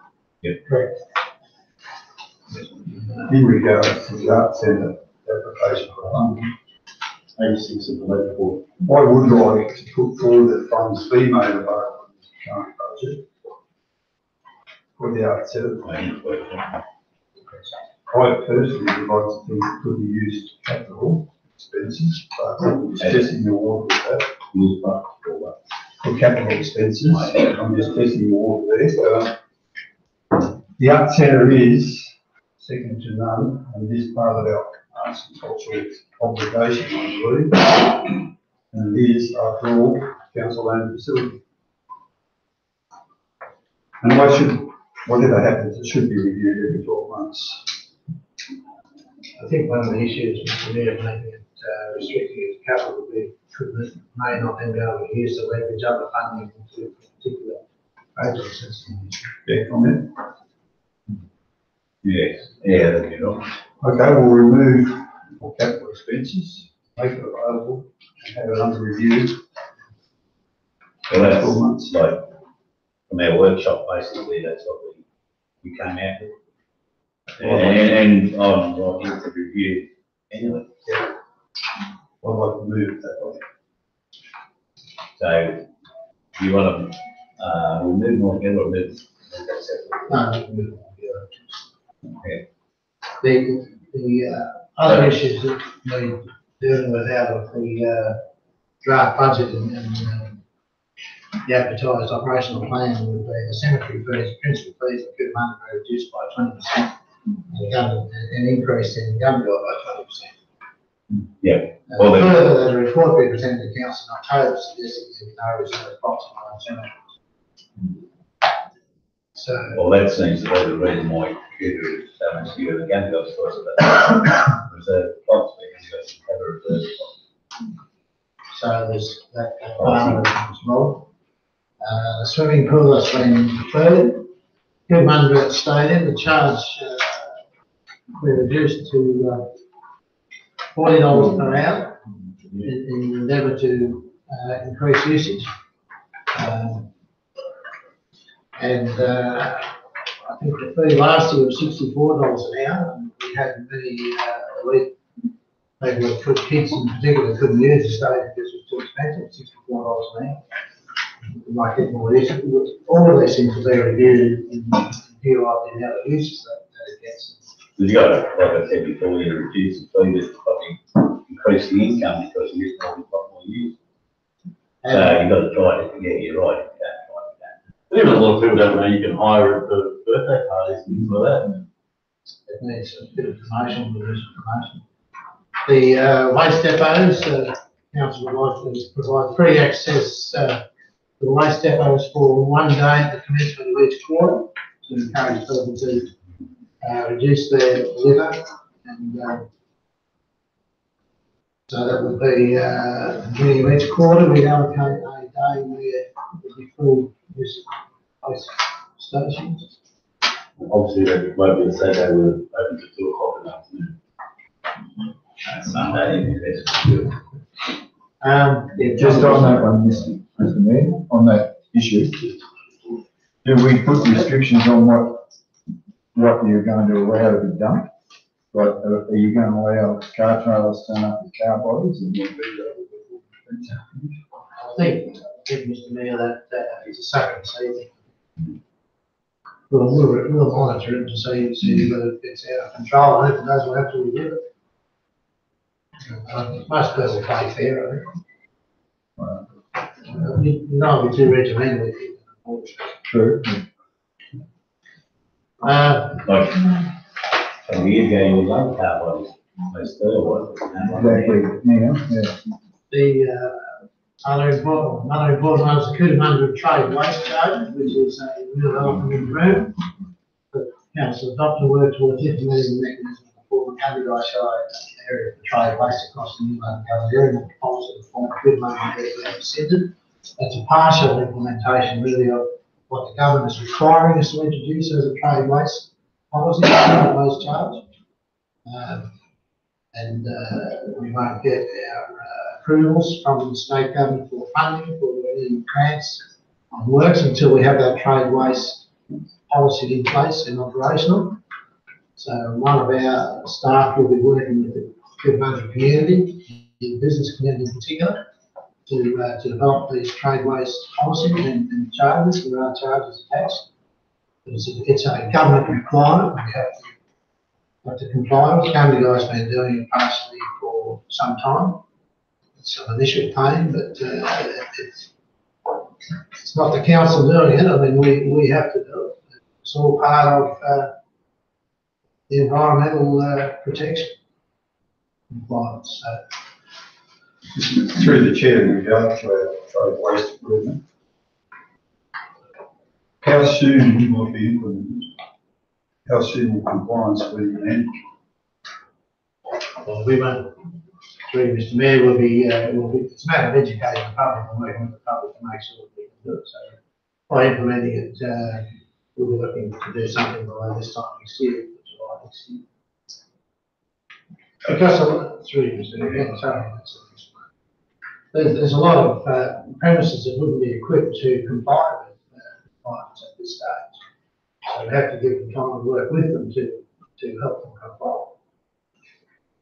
So that was my thoughts exactly, because some businesses in Cootamundra will not have processes in place. We have a dedicated staff person who's very experienced in health matters, health inspection, and that associated environmental control, and he will be working with the Cootamundra community to get this going. And that would be satisfactory from a government point of view. It's made a start, commitment, work with the community to do it. There was a lot of media, a lot of publicity, a lot of press releases. Thank you. But it's mandatory, we don't really have an option.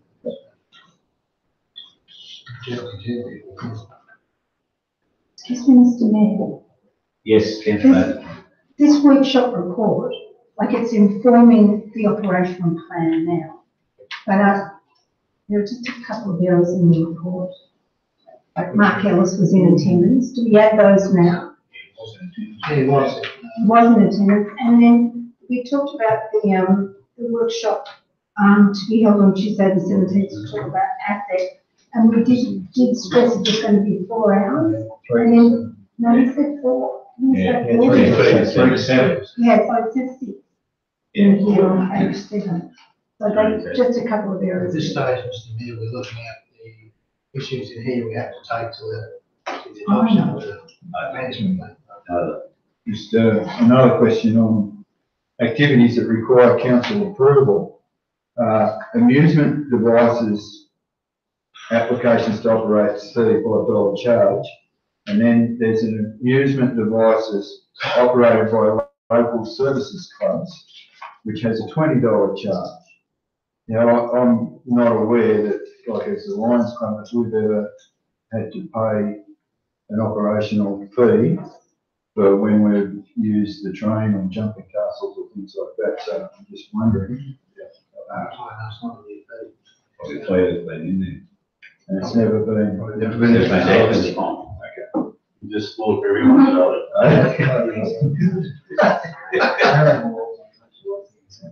Yeah. Except from those terrible organisations. Yeah, but it's stipulated local service clubs. I'm looking at it. Yeah, I've done that before. Excuse me, Mr Mayor, I had another question to this. Councillor Shin just reminded me. It says about, talks about one preschool in Cootamundra. I think there are about 4 or 5 preschools in Cootamundra, and I'm just wondering, does it refer to anyone specific, or a preschool different from childcare centres? Which one's this one you spoke about previously? Well, it was in the fees and charges in the document, and I missed that, Oh, I councillor. think that might be I think it was on, was it? That's owned by council. council. Council doesn't own any of Cootamundra yet. And they don't get a reduction in rates. Not that privately owned. No. Commercial enterprise. If you did that, you'd have to do it the whole lot. Yeah. There's also a plan to charge some maintenance on pumps and gardens to the water fund because of the catchment. Curbing induction, the proposal was to price each project according to cost rather than have a flat charge. There's a comment there that was reported, that's We spoke that there. we'll hopefully adopt these later. The pigeon maintenance, there was a workshop at the council contributed $5,000 towards $10,000 project, so that will get going and in the delivery plan and to look at doing something similar to coming, I say. Through the chair, Mr Mayor, there were a couple other we talked about. There was the Sheridan Street roundabout, where we said that we're going to stand up to $500,000, which doesn't seem to be mentioned in these minutes of that. Also, the works out in the Yass Road, where council's agreed on the take road, the electrified grades, additional 800,000 to be added. I think that's really in there. In the previous one, you I looked thought at, they were in a draft. the roundabout was in for 250, not 500. And I don't think that we had 360 in there on the sale of that land coming back in, but I didn't see where the expenditure was on this Yass Road.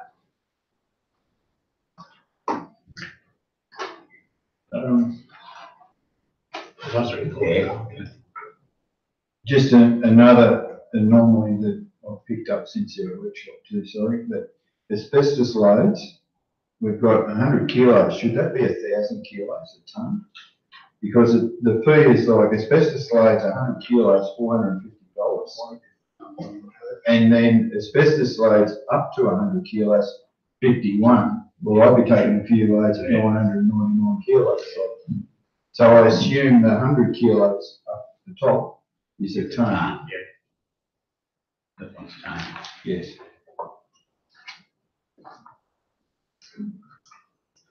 Good spot.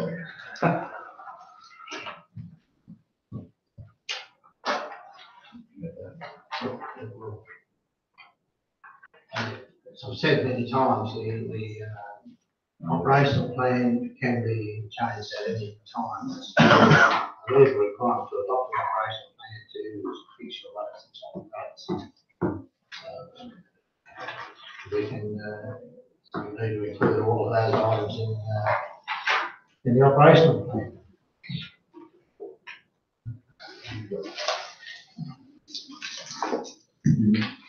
Well, that's a workshop then. Is there any? Well, we need to adopt on 2.4, we need to council. Just before we move on, we did discuss a charge back from the water and sewer account. That is listed here, 3%. Yeah, Mayor, we haven't included that in this year's budget. We will do it next. We didn't want to tip the water or sewer fund into overdraft. And to do it next year, there'll be no overdraft with water and sewer funds.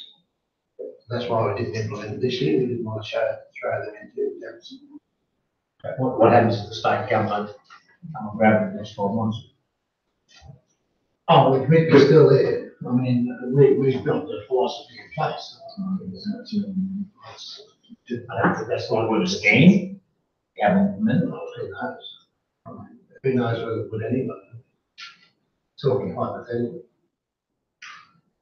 Or what we do in the paving, you know, that will stand. It's and nice. We can do it. We can do it. I mean, council can resolve to do that at any time. I mean, you can do it now if you want. The reasoning behind not doing it this year was we didn't want to throw the water and sewer funds into overdraft. If we do it based on 3% of your meter, looked at an average block of land that's worth $60,000, and you want a 3% return on your land and 2 metre wide easement over all your sewer and water mains, charged back to the general fund. What credit of the general fund charges the water fund, then you have it locked in place if there is any takeover in the water and sewer funds, which is probably, I don't want to promote that either. I don't want to be promoting the government take that home. We need to protect local. But if that were to happen, then they would take that commitment with them to the state government. So state government or whoever takes over the water and sewer funds would have that commitment to your general fund, which would keep general fund alive. That's the next likely thing they'll want to take out itself. But we can certainly bring that charge in and present it to the July meeting. I'm quite happy to do it. I just didn't want to tip the water and sewer funds into overdraft. It's not that matters, that's immaterial.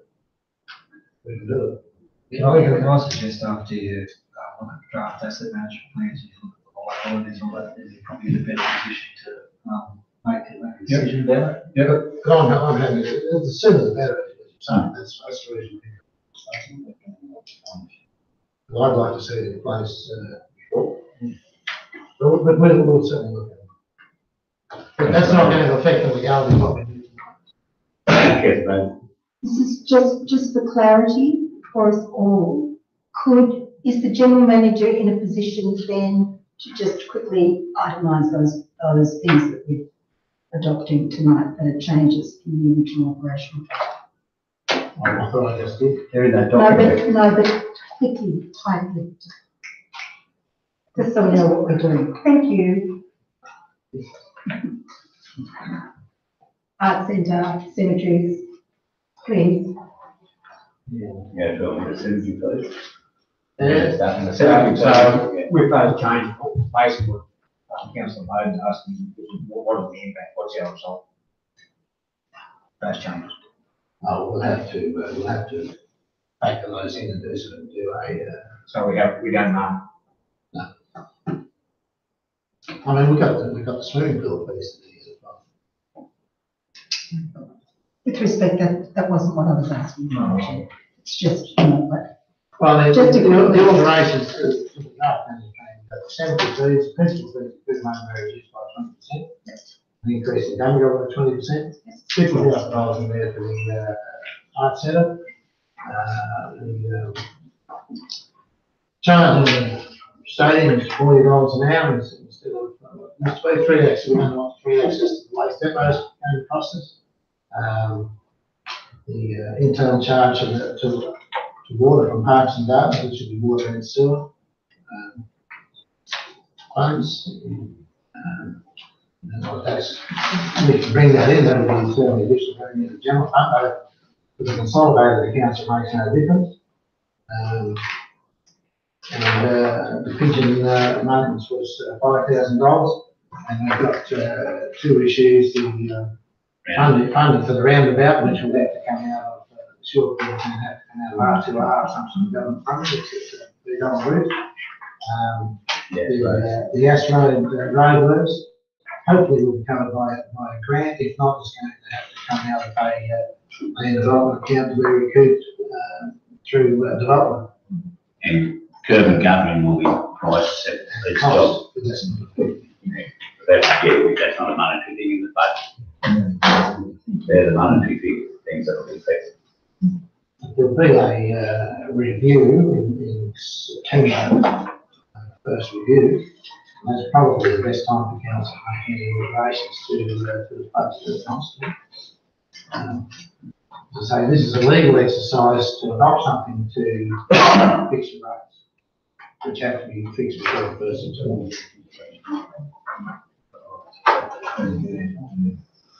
So we still need somebody to adopt those.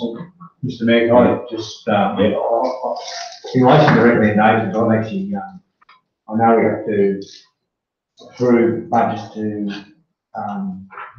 then give the council the ability to levy rates next year, but I just want to voice my disapproval because I believe our potential budget this year is fiscally not responsible. We've come off 16 to 17, we lost, this is recurring income and recurring expenditure, so it's not taking into account capital grants. We lost 4.8 million. In our 17-18 year, we look like losing $5.96 million. We don't know what the figure is for this current year. The original budget was given $1.9 million. We've seen staff costs, staff numbers go from 147 when we merged to casuals and firms about 188 now. We've got a huge list of consultants. A lot of those consultants I know have been allocated to capital projects, which still cost. A lot of the fees that those people have been paid are well above what our local members and this and that earn. We have all these new projects happening. We don't know really what the cost of maintaining all these new projects is going to be. It's one thing to have these new projects, it's another thing to maintain them. We've heard here tonight, the toilets aren't clean, the baby rooms aren't clean. All these things take time. You know? A ballpark figure is about $40,000 per annum for a toilet. That's what we used to work on in WA. Then when we had when the auditor came last year and state government imposed this auditor general thing on us now where they do the audit, I asked to be provided with reasons why their fees were up to $100,000, which is more than double what the combined councils used to be. But no one provided me the answers or this and that. So again, we're on a women of prayer, another 50, 60,000 down the girdle for what? So then we've got the overrun on merger funds. I have great difficulty in supporting this budget. I think as a council, we have to be fiscally responsible. People, the council staff will come and go, and at the end of the day, we end up with debt, and everyone kind of says, "Oh, they've done a bad job." So we have a responsibility to our ratepayers electors to get the best result, maintain our services, but control costs. Thank you.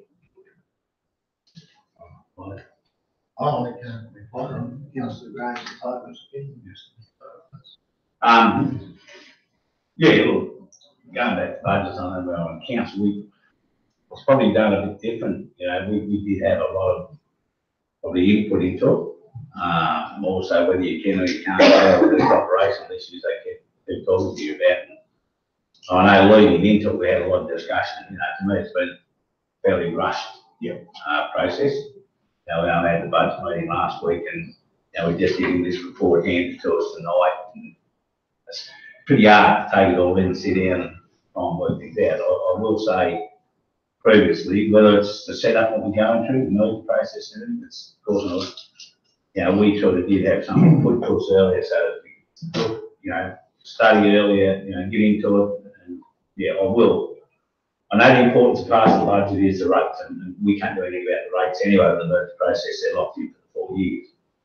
But yeah, I just, probably myself, you know, to what I probably have been used to it.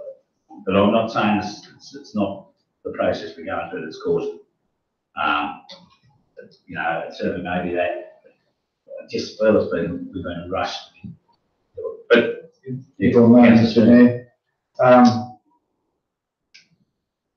just in response to what David was saying, no money's been lost.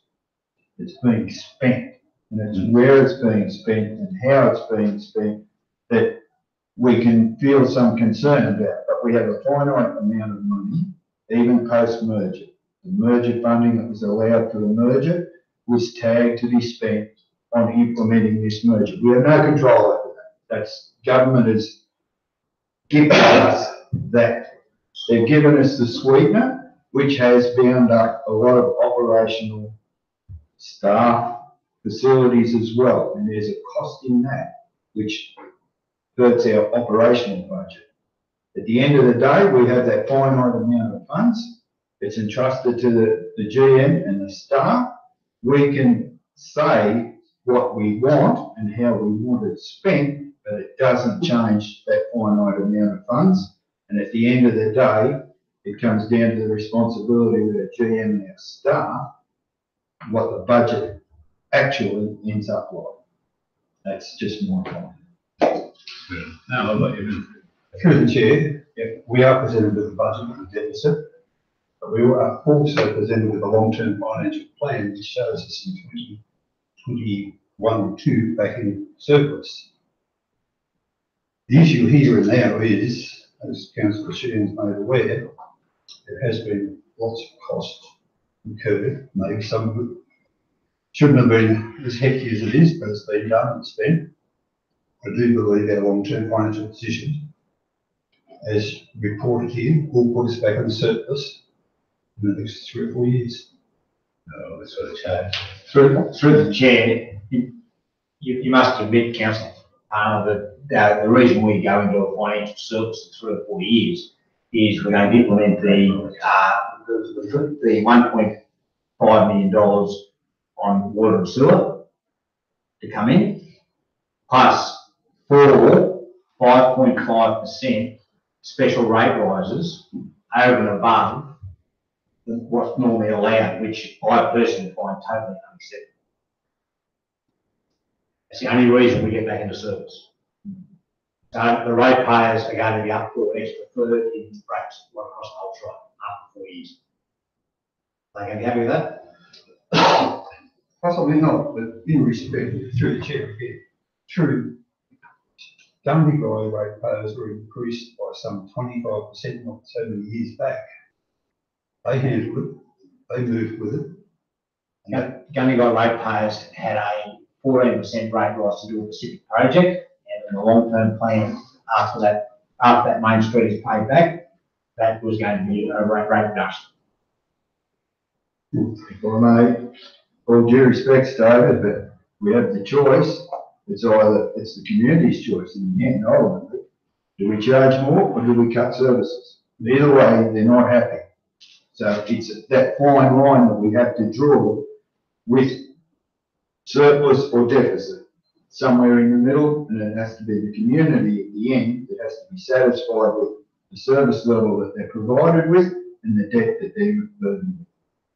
I respect that, Councillor Sherman, but at the end of the day, as I said right at the start, you've got to try and get your recurring income and recurring expenses as close as possible to equal.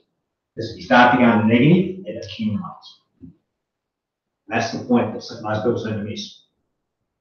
I think another unknown factor is the additional fags money that will more than likely come to rural councils. We don't know what that is. They're not really allowed for anything in there other than CPI.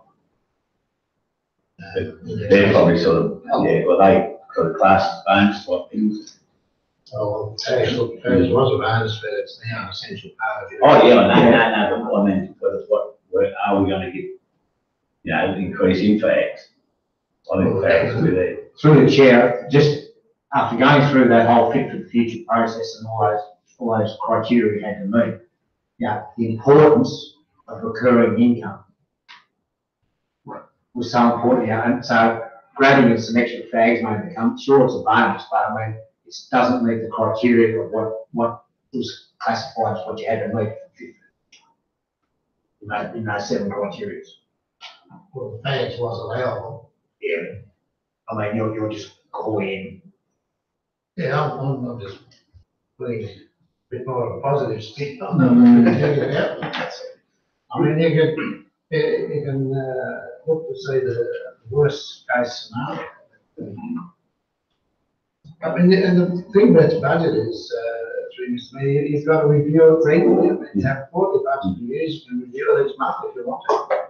In the long-term financial plan, the government can't even plan for 12 months ahead, and they want us to do a 10-year plan. It's got to be flexible. Oh, yeah, I appreciate that. And as I said, you know, like,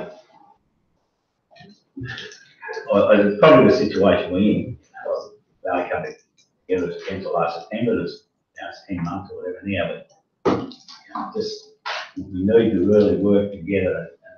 See the input and the things that have been done. And as I said before, we probably had a bit, you've got to be careful now. The smaller the council, probably the more you can be involved, but you've got to be careful. I know what operational issues and things, but we always, I know you've got your quarterly budgets too, as you said. And overall the stuff, there's certainly been money wasted here that was out of anyone in this room's control. So, Excuse me, Mr. Mayor. I just follow on from the General Manager's optimism. Yeah. Like our vision statement is a vibrant region attracting people, investment and business through innovation, diversity and community spirit. And I think if we operate to that, then there will be investment and business and people and innovation. And I'd like to, work towards that. Thank you. Oh, I'm sure we're all working towards that. So no worries at all. And we have encouraging business, encouraging industry, large or small. I'm sure we wouldn't be sitting here if we weren't. No. We want to say we're going to go out backwards. Just through the chair, give us to me. We've got to have a budget in place. I think we had the workshop. I think there's a good mix with a bit of cemetery fees and the arts centre. There seems a bit of everything for the community in this plan, and I think we need to adopt it. You like me that way? I'll move it. Second, Councillor Bowden. Move. Councillor Kelly, second, Councillor Bowden, all in favour?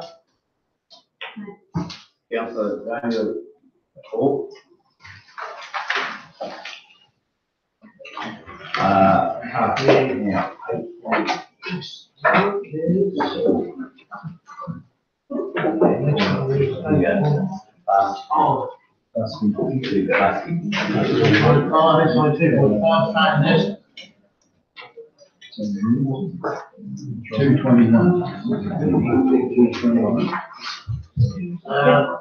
Australian National Bicycle Championship, Sunday night. Councillor Nicholson's played it, she was the president. Yes. Recommendation, Mr. Mayor, would you like me to leave the room? Thank you. So the recommendation is to receive the request. Don't have to go into Carl, you know. If we just get somebody to. I'll move that we approve the request. Move Councillor Kelly, second, Councillor Arnold, all in favour? Right, come back to Councillor Nicholson. Come back, Penny. Good on you. The next one is the Greenhouse delegation, which the information has been provided in the real minutes. Just for information. Recommendation there, Councillor Kelly, second, Councillor Stewart, all in favour? The next one is the formal part of the setting of the rates and charges. This is a legal resolution. It has to be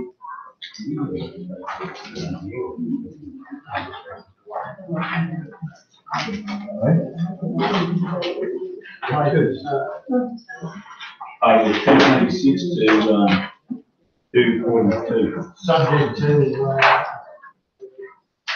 changes that we referred to in the workshop. And that includes the possibility of imposing a value capture policy, as they laid out. Value capture policy of to be considered as another source of revenue.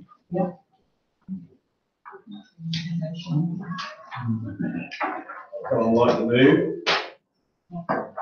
Get into those areas, then we're going to do Councillor Shannon, second, Councillor Palmer, all in favour? Next, item 2.8 refers to the investment report.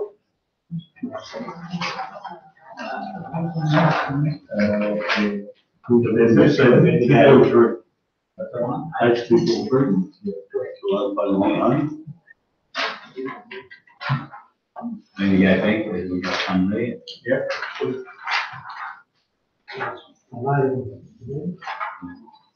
Recommendation, recommendation, Councillor Kelly, second, Councillor Ryan, all in favour? Operation Department's works for the month of June. The questions there will be answered all through that.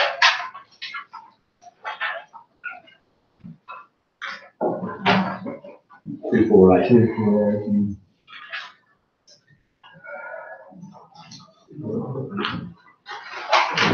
Mr. Mayor, what page are we? I know you're. Yeah, I'm all over the shop. Under the question, page 251, the staff are undertaking the planning review on visit other amenities building projects planned opening the 22nd of July. Wasn't that the building that we went to the opening of on Friday? Nah, staff, I'll undertake yeah, that's the one. Mr. Lee, can I just backtrack, sorry, I apologise, a bit quick for this. Just with the investment report and stuff, there's a few investors maturing in July. Yeah. Is that the legal moving them through like the credit union and local? Well, we're restricted by what we can do. You've been down here, so Yeah, because at the moment, there's still no local bank, Bendigo Bank. I think we discussed it previously about that support community. I think we should be best someone in those. there's one right here for Bendigo. I don't know when they're going to go branch. 2 million are other things. Oh, are they going through Gundagai Green or Will Green? I'm not sure. I think it's just Yeah, because I was just wondering about that. you can't do it. Oh, right, or whether they can give the fleet. Yeah, that's all.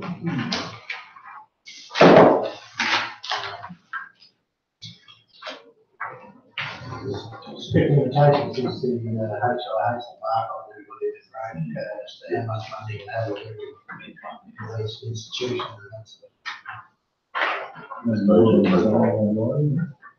Oh, the operation there. Any questions there? Just through the chair, the side yards, who's providing this proceeding? Yes, poles are in, and, the making works happening, yes. The design for the truck wash is completed, the design for the roadworks is completed, and, they will all start to take shape. The EPA are very happy with it, so they will take shape shortly. Sure. The preliminary work in getting a lot of these things done, like many of these projects we allocate funds for, we didn't have any plans or designs. That's natural, it's not a criticism, that's a fact of what happens. You need to be, it takes forever to get ready for. Be interesting, the Gundagai side, like this one, I'll be interested just how much the truck wash, how much it makes for our, yeah, oh yeah, yes. It's good to what it's cost the rain. Yeah, no, it's interesting to see. Yeah, with an income earning. Like someone like to recommend that report, probably, move down to farmer, second council, Stewart, all in favour, carried. Next one, Jones motion. Yep. Councillor Shan, investigate the feasibility of the safe and accessible pedestrian pathway and bikeway, I guess, as well. Yes, through the chair, Mr. Mayor. Councillors, I haven't put a time limit or a time frame on this, but I would expect some progress to be made towards this study within the 12 months. I think it's something that Cootamundra town sadly lacks, is good access to the cemetery. It has been mooted in the past, another road from Bradman Street to link the cemetery. I just want council to be in a shovel-ready situation if there's any movement with RMS and the overpass at the north end of town, that something like this could be incorporated, or if there's any movement with ARTC with access crossing the rail line or something like that, that we are in a position where we could take any opportunity to fund for any other development that may be happening that could better link the cemetery to the town. And it's come to my notice that there is a couple of residents who literally walk across that overpass at the north end of town to the cemetery, and it's pretty dangerous. Just through the chair, I have to agree with Councillor Shan's comments. I'll hardly even like to slip in that motion. Through the chair, in regard to that, a proposal to extend Bradman Street some 275 metres, one would think would be the best option, because the overpass there is on a dangerous corner. People, pedestrians and mobility scooters are excluded. They just cannot get across that bridge with safety. I advise people to walk across it. You get a problem with speed double, I think. We own all the land from the end of Bradman Street to the cemetery. That's where you're showing us that where the land. It doesn't have to be a highway standard. It might be no speed. Surely that's the most. It'll be a safe access for an ambulance on cemetery. First on cemetery, You know. They get down there. That'd be the most common access here, so. Yeah, so the motion really is that we have an understanding being able to achieve that as a reality. Yeah, incorporation into cycleways. Yeah, there is funding through RMS for cycleways. But the plan was approved, endorsed by the public, endorsed by the traffic. Could be probably up to 100 each. That's, well, that was moved, councillor Shane, second, councillor Kelly, all in favour? Next one from councillor Bowden, good question of text from, those attending conferences, written. I know it's my motion. There was some good, that Linda Scott one, I only gave a verbal one at the last meeting, I think. Yeah. And I just think too, for the benefit of the public, that obviously are looking at the business papers, would be good. At the National Assembly, I was talking to a councillor from Vega, and she said that everyone who goes to a conference puts in a report because people pick up different things. And what I had in mind there was not a report of everything that happened, but things that things that we possibly could explore as a council. Yeah. So that's all I need, just, dot points. Just on what Councillor Bowden said, I did a personal report, which is in the papers, it was laid in. And there, I also gave this the link to the communique, which comes from it, but I prefer my report in the papers because it was my perception of what was relevant to us as a community. So I do it. I know. Well, councillors are a good conduit of information. Yeah, that's fine. Information, Well, just through the chair, look at this month, we're issued with some 261 pages. We just come from a national conference where there was 300 pages. I have 5 or 6 pages written there, but they're not informed to put it in. How much more paperwork do you want to read every month? Surely. I think, it's certainly been reported in the true sense, and it's what's relevant to us. Yeah.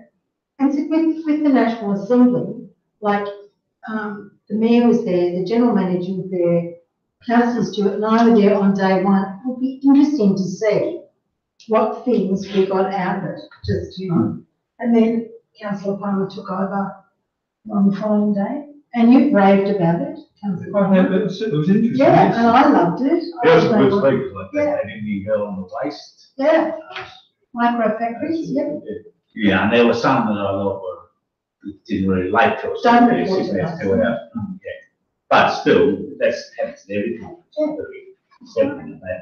I think it's a good idea, because it saves us moving those 500 pages. Just brief notes, we don't do that.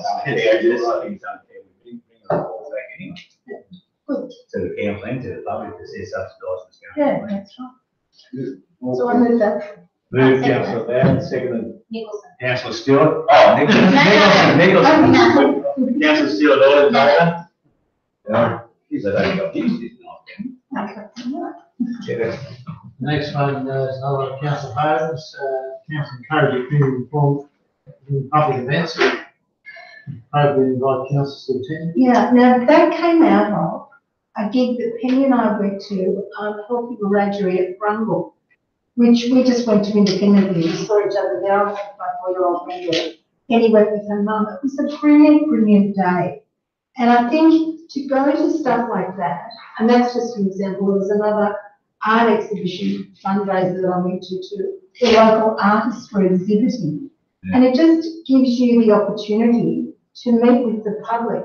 You fellas that are in a business where people can come and see you, like, Ab and Penny and Stuart, people can come in and they know that you're there, but people like me who are away and Dave, like where we don't see the public, then you haven't got that opportunity, haven't got that opportunity to just chat. So it's not saying invite us, it's just saying, just click an email to council to say this is on, and if you're around, pop in. So James Ben, moved councillor Bowden, second councillor Nicholson, all in favour. Good news. The next one is distribution of the well, commenced that as of last Friday. So That's just that Jim, yeah, always gonna do. I'll retract that. The Gundagai staff member, we've made provision in our draft policy, which is there to allow access, direct access to Gundagai staff member. I'll retract that. So that's the first problem. Yeah. Question put notice from Councillor Nicholson. Few issues there. First one, councillor Nicholson asked us, to me, like, sure, we've got the trail, you know, that we get that street sweep. Mr. Mayor, I can borrow out, my husband and I can borrow out. Yeah, to me, like, they got an over there for the opening, street sweep opening. And we got a big ride on lawnmower, we got a trailer for. Yeah, I just. I've got a load later too. Got a load later, yeah. So how often is the machine security used? It's supposed to go there, I think, a week a month. Week, yeah. Week of out. Week, yeah, week there. Is that it But on it'd just the, be good to get that street sweep. was it on the tilt tray there outside Gundagai today? The blue one? I don't know what colour it is. There is a blue there, isn't there? Yeah, there was one, as I was going into Gundagai for that meeting, there was one on the side of the road on the tilt tray. I should have checked that. There In is. Gundagai? Well, it was, yeah, on the ramp in, like, We haven't got it. took on the phone, I think, to drive. Yeah, But it's private operated tilt tray. Someone else is, okay. Let's say David. There was a chance, Penny, you could have grabbed it. I'll follow that, Councillor Nicholson. And the same with the birds, we're looking at trialing that pigeon minimisation effect there as well. That's where the street sweep or whether there's a staffing that they can hose that off, watch it, it's terrible, like swallow the pigeon droppings. Yeah. Through you, Mr. Mayor, the Gundagai pharmacy is specifically mentioned in that question we've noticed, but the problem is much bigger than that in front of the old Royal. It's actually raised in front of the premises, the droppings on there. That is probably a place where they can stop pigeons. I know it's needed like that. I don't think so. Yeah, there's lots of like So you're happy with their parks and gardens, that will, they follow through. Yeah, just quickly, Mr. Mayor, We'll move it to the footpath. yeah, talking in front of the Royal Hotel, it's not actually, the droppings aren't actually falling on the footpath. And my understanding is that it is, when it's on the footpath, it's the council's responsibility. However, the droppings aren't on the footpath in front of the Royal. You can probably help Yeah. because you still have point of view that. Yeah, and then they'll be back there the next day. But something more permanent. Thank you. The office signs, there is more signs to go. There has been some. There's more ordered. So if you want to follow that up, make sure it happens. Mr. Mayor, is that, Mr. General Manager, is that the signage that will be mounted on the wall at height? Yes, as far as I know, it is. Will be. Yeah, the signage where the pansies are, which look fabulous, it's of course at a lower level. So something of height where there used to be identification of the building would be appreciated. I put that to council over 6 months ago. I recall Councillor Sheehan. While you're on signings, like, on this, we all have our hands on some of their disgraceful signs, but you know, I don't care what that is. You come into Gundagai, there's no reflectiveness on them or anything. Like you come into Gundagai, you don't know you're there, you can be Holler or anywhere. Like the sign's there, you see the white pole, but there's nothing on the sign this of the night to reflect. Not reflective of it. No, they were a waste. And the What about the wording ones is- that come in, they actually come out of the hilltops? The one even doing the other side. Where are those ones, see, still coming? Yeah, so I'm not sure whether Linda knows where they are or not, I think they're stored. They're still the Joe, the guy, yep. Gundagai man's, still doing them, obviously, we ordered them some time ago. The Gundagai sign manufacturers. They should have been done in, Those ones we got out. And at the end of the corner, you got Gundagai, you got Cooter, Gundagai, and this right here, you can't put it reasonable council. It's just down a great big bit of weed here. It's just, but it's disgraceful coming to Gundagai, you just get on, you can't read it. You see the wide of the thing. Right. Oh, okay. Yeah, you wait for the drop bears to come out. It's ridiculous. yeah, No, it's the other way. Yeah, sorry. the memorabilia from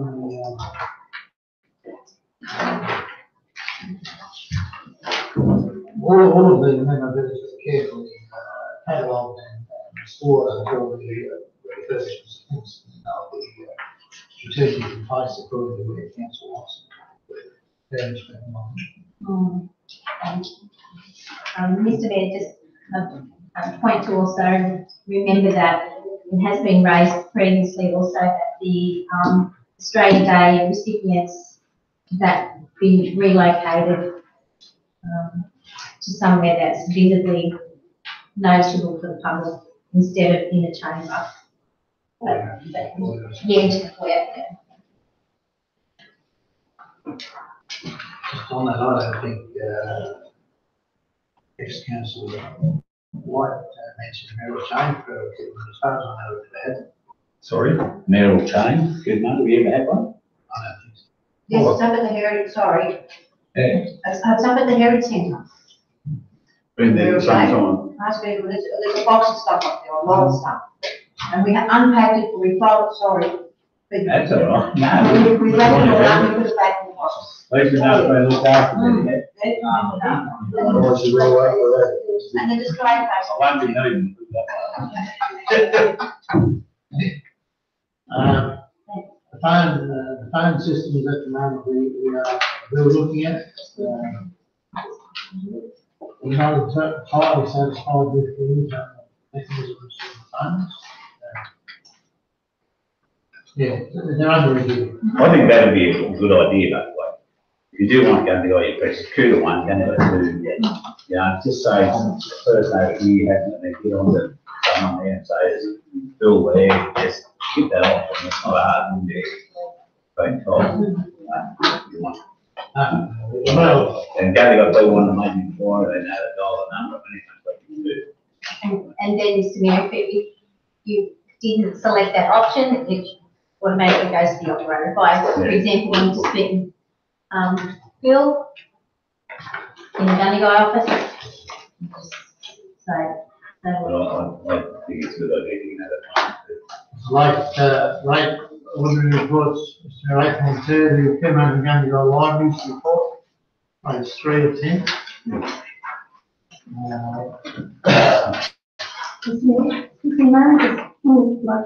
As in response to this report, I have a media release put out on the 20th of June 2018 by New South Wales Public Libraries Association, because in its New South Wales budget, the government decided to cut 80% of funding to libraries. And Dallas Tout is the president of the New South Wales Public Libraries Association. And it's meant to pass on to you, I've spoken this afternoon, pass on to you that from July to March, there will be a big campaign about agitating for funds in libraries, and that they will send to all councillors a package of how you can, lobby and agitate to have funding reinstated, but also a motion that can go to all councils and be adopted by all councils in the state at the August or September meeting about library funding. So he just said, to watch this space. Yeah, Alison, very, thanks for that, guys.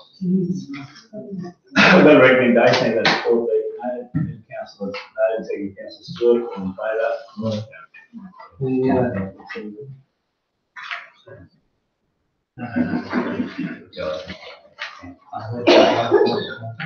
Eight point two point one is the notice of council workshop, maybe with Mark Ross is there. Through the neck, I just seek clarification in this, what we're just talking about, we've got, on the 17th of July, we've got council changes in Gundagai where it's happening, so the other night of the budget meeting, on the 10th of July, we've got the dog and cat box and water. At 4 o'clock, I understood that was coming. Yeah, right, Marian's taking, yes, it's been, we worked out Marian's up, that it's, they're going to go on the 10th, Marian's, and so it should be in their calendars now. So here on the 17th, going to go on the 10th, yeah. And Mr Mayor, it's 4 hours, it's 3 to 7. Yes. You don't have to use it. No, that's what we're doing. Listen, I've got plenty coming to stay over, I've got a book of pub for dinner, I just want to know what time. Globes through. So the recommendation is that, notes be, received notice. Move, councillor Farmer, second councillor Shane, all in favour. Just, before we move on, just in regards to cemeteries, could we in our newsletter just explain why dumping the pre-book box? I think the whole lot is probably needs to be explanation. Yes, I think we might get the good girl involved in that one. Why are we dumping? Just an explanation so we can't have these reserved plots in.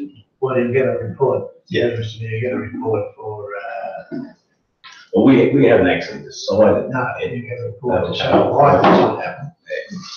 So that you don't get reserved plots all over the town. Well, the reason being, you can see the claim, that's why the cost fair is being going on, but that hasn't been, we haven't stopped that yet. But It's very difficult to find the more cemetery that still accommodates reserved plots. So, if they were coming back again. It will attract some attention. The, next one, 8.3, is the, report from councillor Sheen on the roads conference. Just a comment on that, if I may, Mr Mayor. The focus was on safety and trying to reduce the road traffic toll, particularly in regional roads. The emphasis was aimed at councils developing their local road safety plan. With that, then with a safety audit, there was funding available for infrastructure as well as other means of engineering or signage or whatever, educating the public for safer driving. So something that Mark and myself spoke about on the way back was even electronic signs, which you can move around the council in different areas and put different messages on, like welcome to Gundagai Council, please drive safely. Don't use your mobile phone while you're driving, these sorts of things. We thought that would be one instance that you could try and tap into some of this funding and purchase some of those, which we could then have and use on roadworks as well. So, that's it. We did the same in Gundagai a couple of years ago. But to access this funding, you need to develop a local safety plan for our roads and then incorporate it with your safety audits. Thank you. thanks for that report, Charlie. Couple of items in closed council, Mr. Mayor. Right, well, I'd like now to have someone to move closed council. Move council Palmer, second council Stewart. Okay, we'll go into closed council. Thank you very much for your attendance. Right.